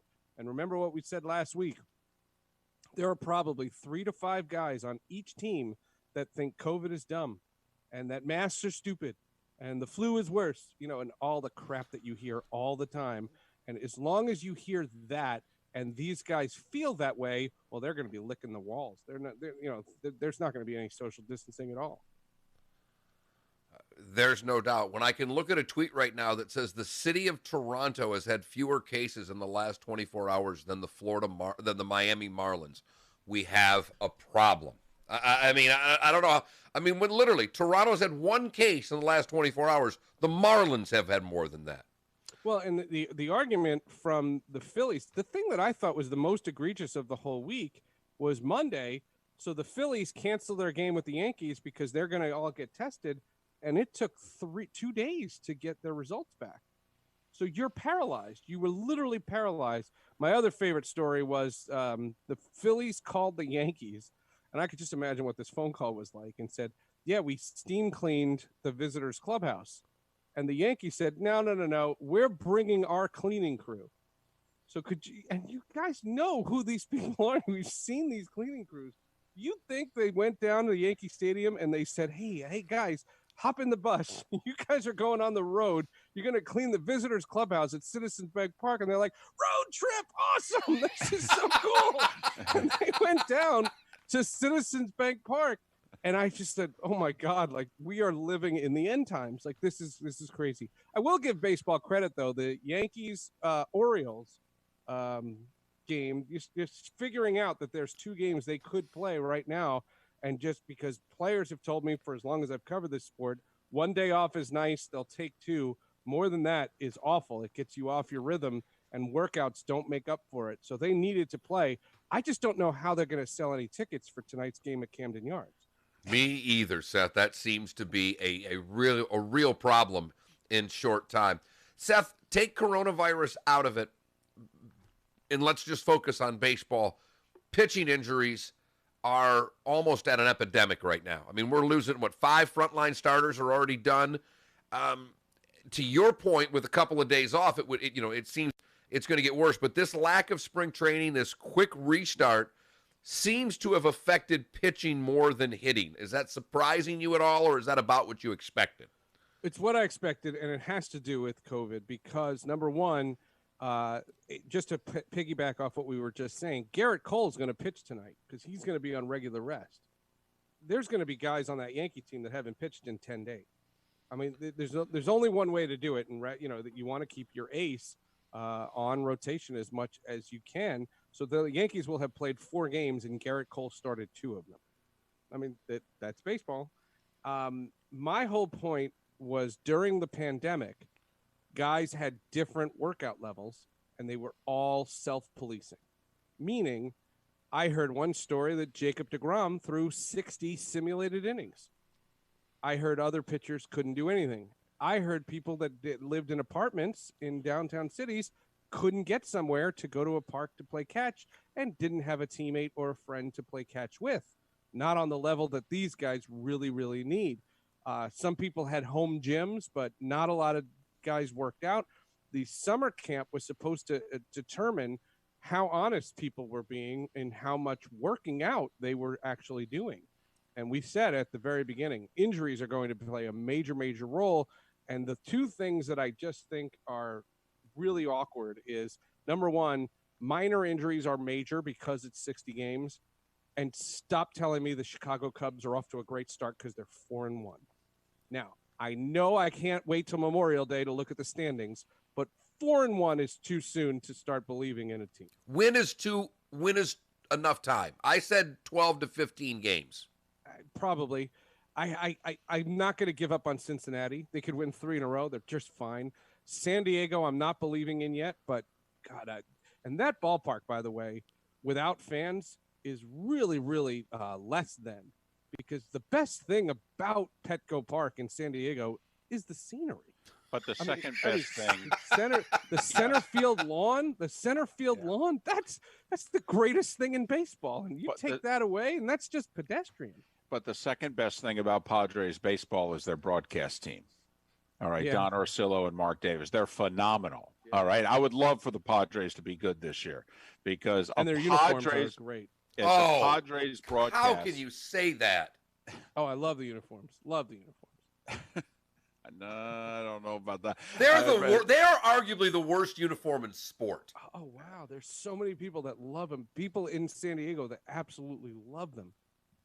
Well, because we couldn't get enough yellow to go with the brown. Well, that's the that's the whole argument about people's taste. You and I both love Corvettes. I love a red one. You love a black one. Doesn't mean the black one's better than the red one. It's just personal preference. There are so many people, and I could give you a list of names of people that I have spoken to in the league with the Padres in San Diego, in Southern California, that love those people. And I like them. I'm not buying one. Do you have a Padres T-shirt? No. No. Seth, have you ever had a food item named after? I mean, you've been in the business a long time. Have you ever had an item somewhere named after you? Like you could go get the Seth Everett sandwich somewhere. At a Chinese restaurant, there was. Where? The Seth Everett special was chicken and broccoli without the broccoli. What city? Seattle. In Seattle. Yeah, in Seattle on Queen Anne Avenue, Uptown China. Was it on the menu? I mean, I could walk in and order a Seth Everett special, and they knew what I was talking about. I don't know, 20 years later. No, but in the time. In the time, sure, yeah. We would call up because we would order lunch, during the day, and we would go and one guy would say, get me 2 egg rolls and a Seth Everett special. Chicken and broccoli without the broccoli? Yeah, it was great. Sounds like your type of dish, David. Yeah, no green vegetables. Yeah, I mean, what are we? Let's all have that. Yeah, we're wasting space here. I mean, why occupy the space with the broccoli when we could have more meat? Right. I totally agree. What do you got for the podcast? One thing on the fans. I love the cardboard fans, and I love the teddy bears in Oakland. And I thought the fight between the Astros and Dodgers was hilarious. I think that was You mean it coming out of the dugout and standing there with your hands on your hips and yelling at each other? Reaching in their back pockets for their masks. Do you like the first confrontation between umpire and manager putting the masks on? That was great. Or the Dodgers Astros? Where's your rankings on that? Dodgers Astros was better because you could hear some of it. Get on the mound, Mother Blank was fantastic. That was great, and that's why I hate the fake crowd sound. I want more of that. Well, I think Major League Baseball, though, has ordered them when these start happening, they turn the audio down. Because Fox. I'm fine with that. Dude, sir, I'm not saying I need to be a peeping Tom. I just think, and to segue to the podcast, I had Peter Body on, the longtime New York sports writer. And Peter Body and I were talking about, I've been to the ballpark at 2 p.m. when, one guy's throwing a simulated game or something, and the park has a feel to it, and there is a sound. And I think it would be cool to hear that sound. And it wouldn't be, I'm not trying to hear everything these guys say, but I just think that hearing baseball without fans is a neat experience. And I just would like fans to at least try it, because I would think that if they heard that, they'd like that better. But Peter Body joined me on Sports with Friends. Okay. And Hall of Justice? Hall of Justice. This is for folks in the 90s. This is a big 90s one. I had a gentleman by the name of Christopher Daniel Barnes. Christopher Daniel Barnes was Prince Eric in The Little Mermaid, and he was Spider-Man in the Spider-Man animated series from 1994 that is arguably considered one of the greatest incarnations of Spider-Man of all time. And Christopher Daniel Barnes is a really, really great guy, really, really interesting. He was 15 when he was Prince Eric, and Jodie Benson was 12 years older than him. Jodie Benson was Ariel in The Little Mermaid, but he was Prince Eric, and I thought that was really, really neat. But I know him from Spider-Man, and it's on Disney Plus, the Spider-Man animated series, and it's one of the greatest Spider-Man things. It rivals the movies. I'm not going to sit here and start saying it's better than the movies, but it's in the conversation with those movies. I like you going in the ballpark. I mean, we talk baseball with you. I think you can always go baseball reference the there. Yeah. And Disney Plus has brought all those things out. All the old classic series, and I've been trying to find the voice actors. Seth Everett has his own channel and his own show on twitch.tv. We're doing a watch party. Ton Thomas and I are going to do another watch party for Lakers Clippers on Thursday night. What time's tip? What? 10 o'clock, I think. 10:30? 9 o'clock. 9 o'clock Eastern. That's a pretty decent time. That's a little late for me. Might be there for the first quarter, Seth. Sports with Friends and Hall of Justice, Seth_Everett on Twitter. Seth, as always, be safe, be well. Thanks. Thanks for having me, guys. With the New Jersey Nets T-shirt, Mark. Mike Jaminski, Mike O'Corin, Michael Ray Birdsong. Otis Birdsong, very nice ball. Michael Ray Richardson, who started with the Knicks only to go to the Nets and take his drug problems eventually with him. I mean, Orlando Woolridge. Kenny Anderson. Oh, just lots of memories here. So much fun. I could do this all day. The good, the bad, and the ugly to wrap up this Hump Day edition of Miller and Moulton. Thanks for being with us. Southwest Florida's Fox Sports Radio. From Southwest Florida's news leader. You guys want me to get the blanket? If you want to show the people, I'm sure they're interested. I think they'd rather see the dog. Right now, there are 28,700 Oh, you never answered me. Confirmed cases of COVID-19 in Southwest Florida. The gap between Lee and Collier counties has grown again. Lee County now has 5,647. So, Seth, you never did answer me, or if you did, I don't know. Tell me Titanic's your wife's movie. Today to decide whether to implement a face mask ordinance. I bought that movie in 1997. It's a great back movie. to August 31st in Collier County. great The school movie. board is adding days to You know the the boat calendar to sinks. make up for lost time. Lee County parents need Right. to choose how Right. their child will learn this fall. I remember someone getting mad about the end of the movie 21, and the response was, yeah, that's like going to see The Last Temptation of Christ and going, wow, you ruined the ending for me. Welcome to the program. That was my big line when we had kids, because people are like, "Do you ever do anything social?" You know, when we had our first child, we were like, "We haven't been to a movie in a long time. I think a boat sank." Brady's 6 Super Bowl rings. Well, I remember I saw Avatar. I took my kid to see Avatar. Everybody was all excited. I did the whole Blu-ray, the whole 3D thing, and paid an absorbent sum of money for the IMAX.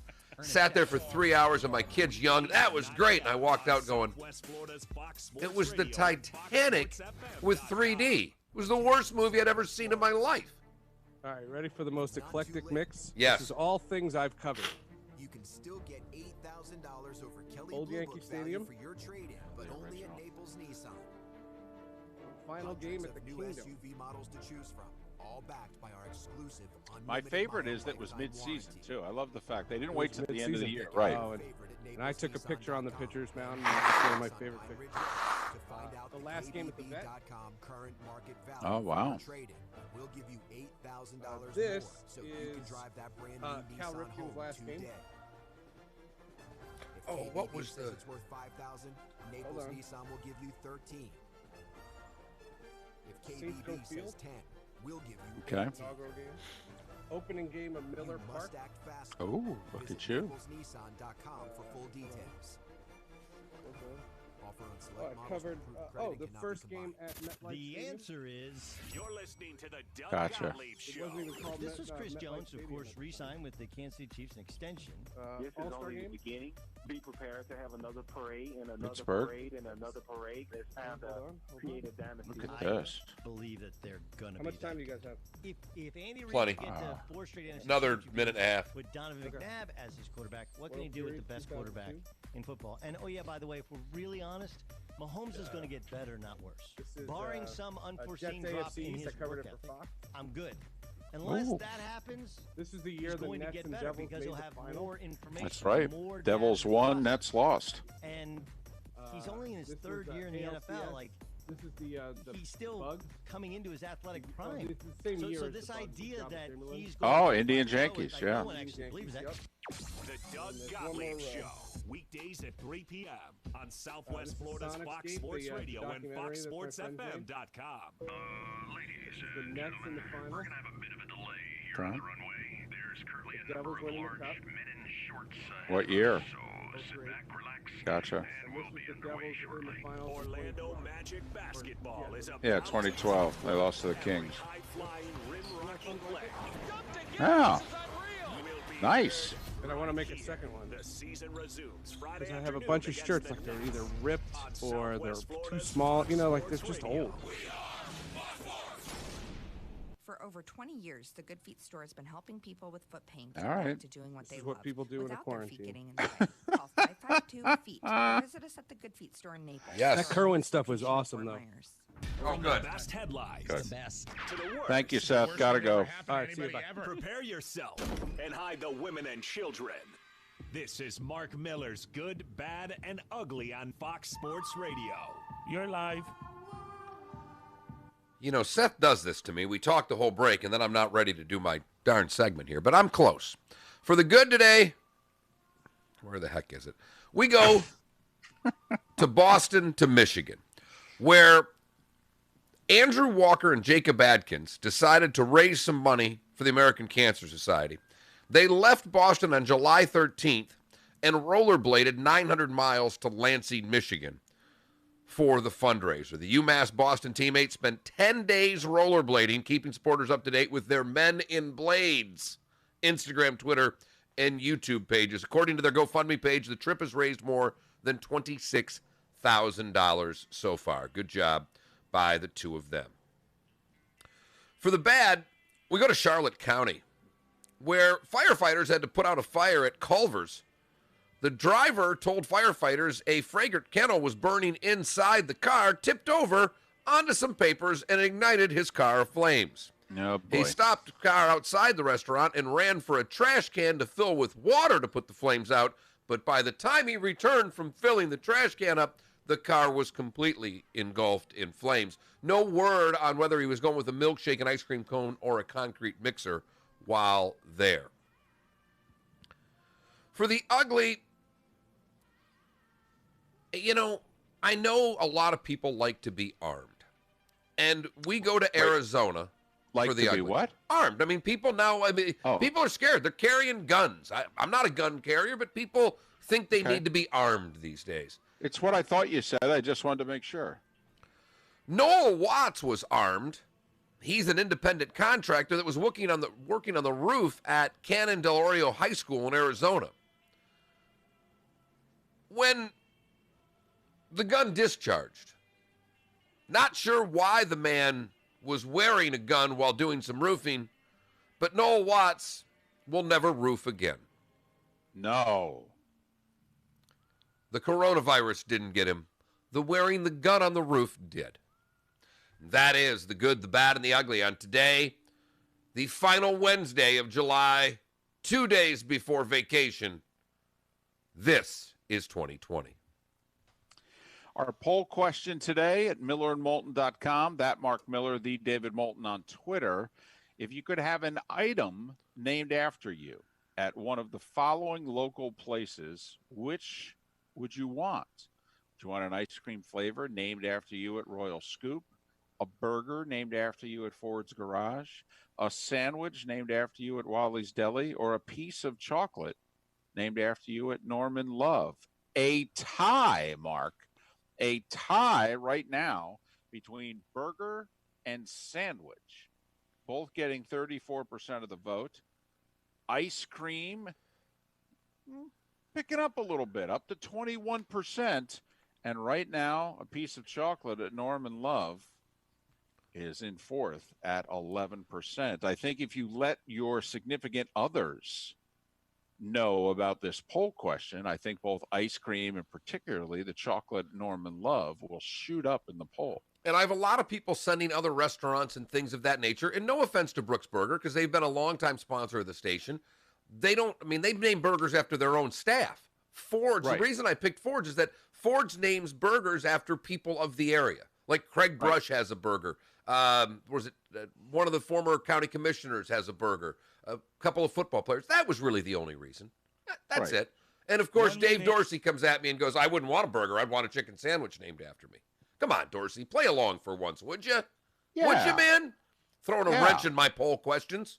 And we thought we were being nice by mentioning 4 businesses, okay, none of whom are spending any money currently with the station or the show, and we're getting heckled for it. We were just going to put ice cream, burger, sandwich, and chocolate and not localize it some more. But, once again. Today is National Chicken Wing Day. I suggest if you have time, make a run to Atlanta and go to Magic City for some of Lou Will's wings. I hear they're great. An email is in to the Magic City Strip Club to try to find out who the other 3 wing flavors are named after. We hope to have it for you on the show tomorrow. The Dan Patrick Show is next. Thanks so much for listening to Miller and Moulton right here, Fox Sports Radio, where we're always live on twitch.tv.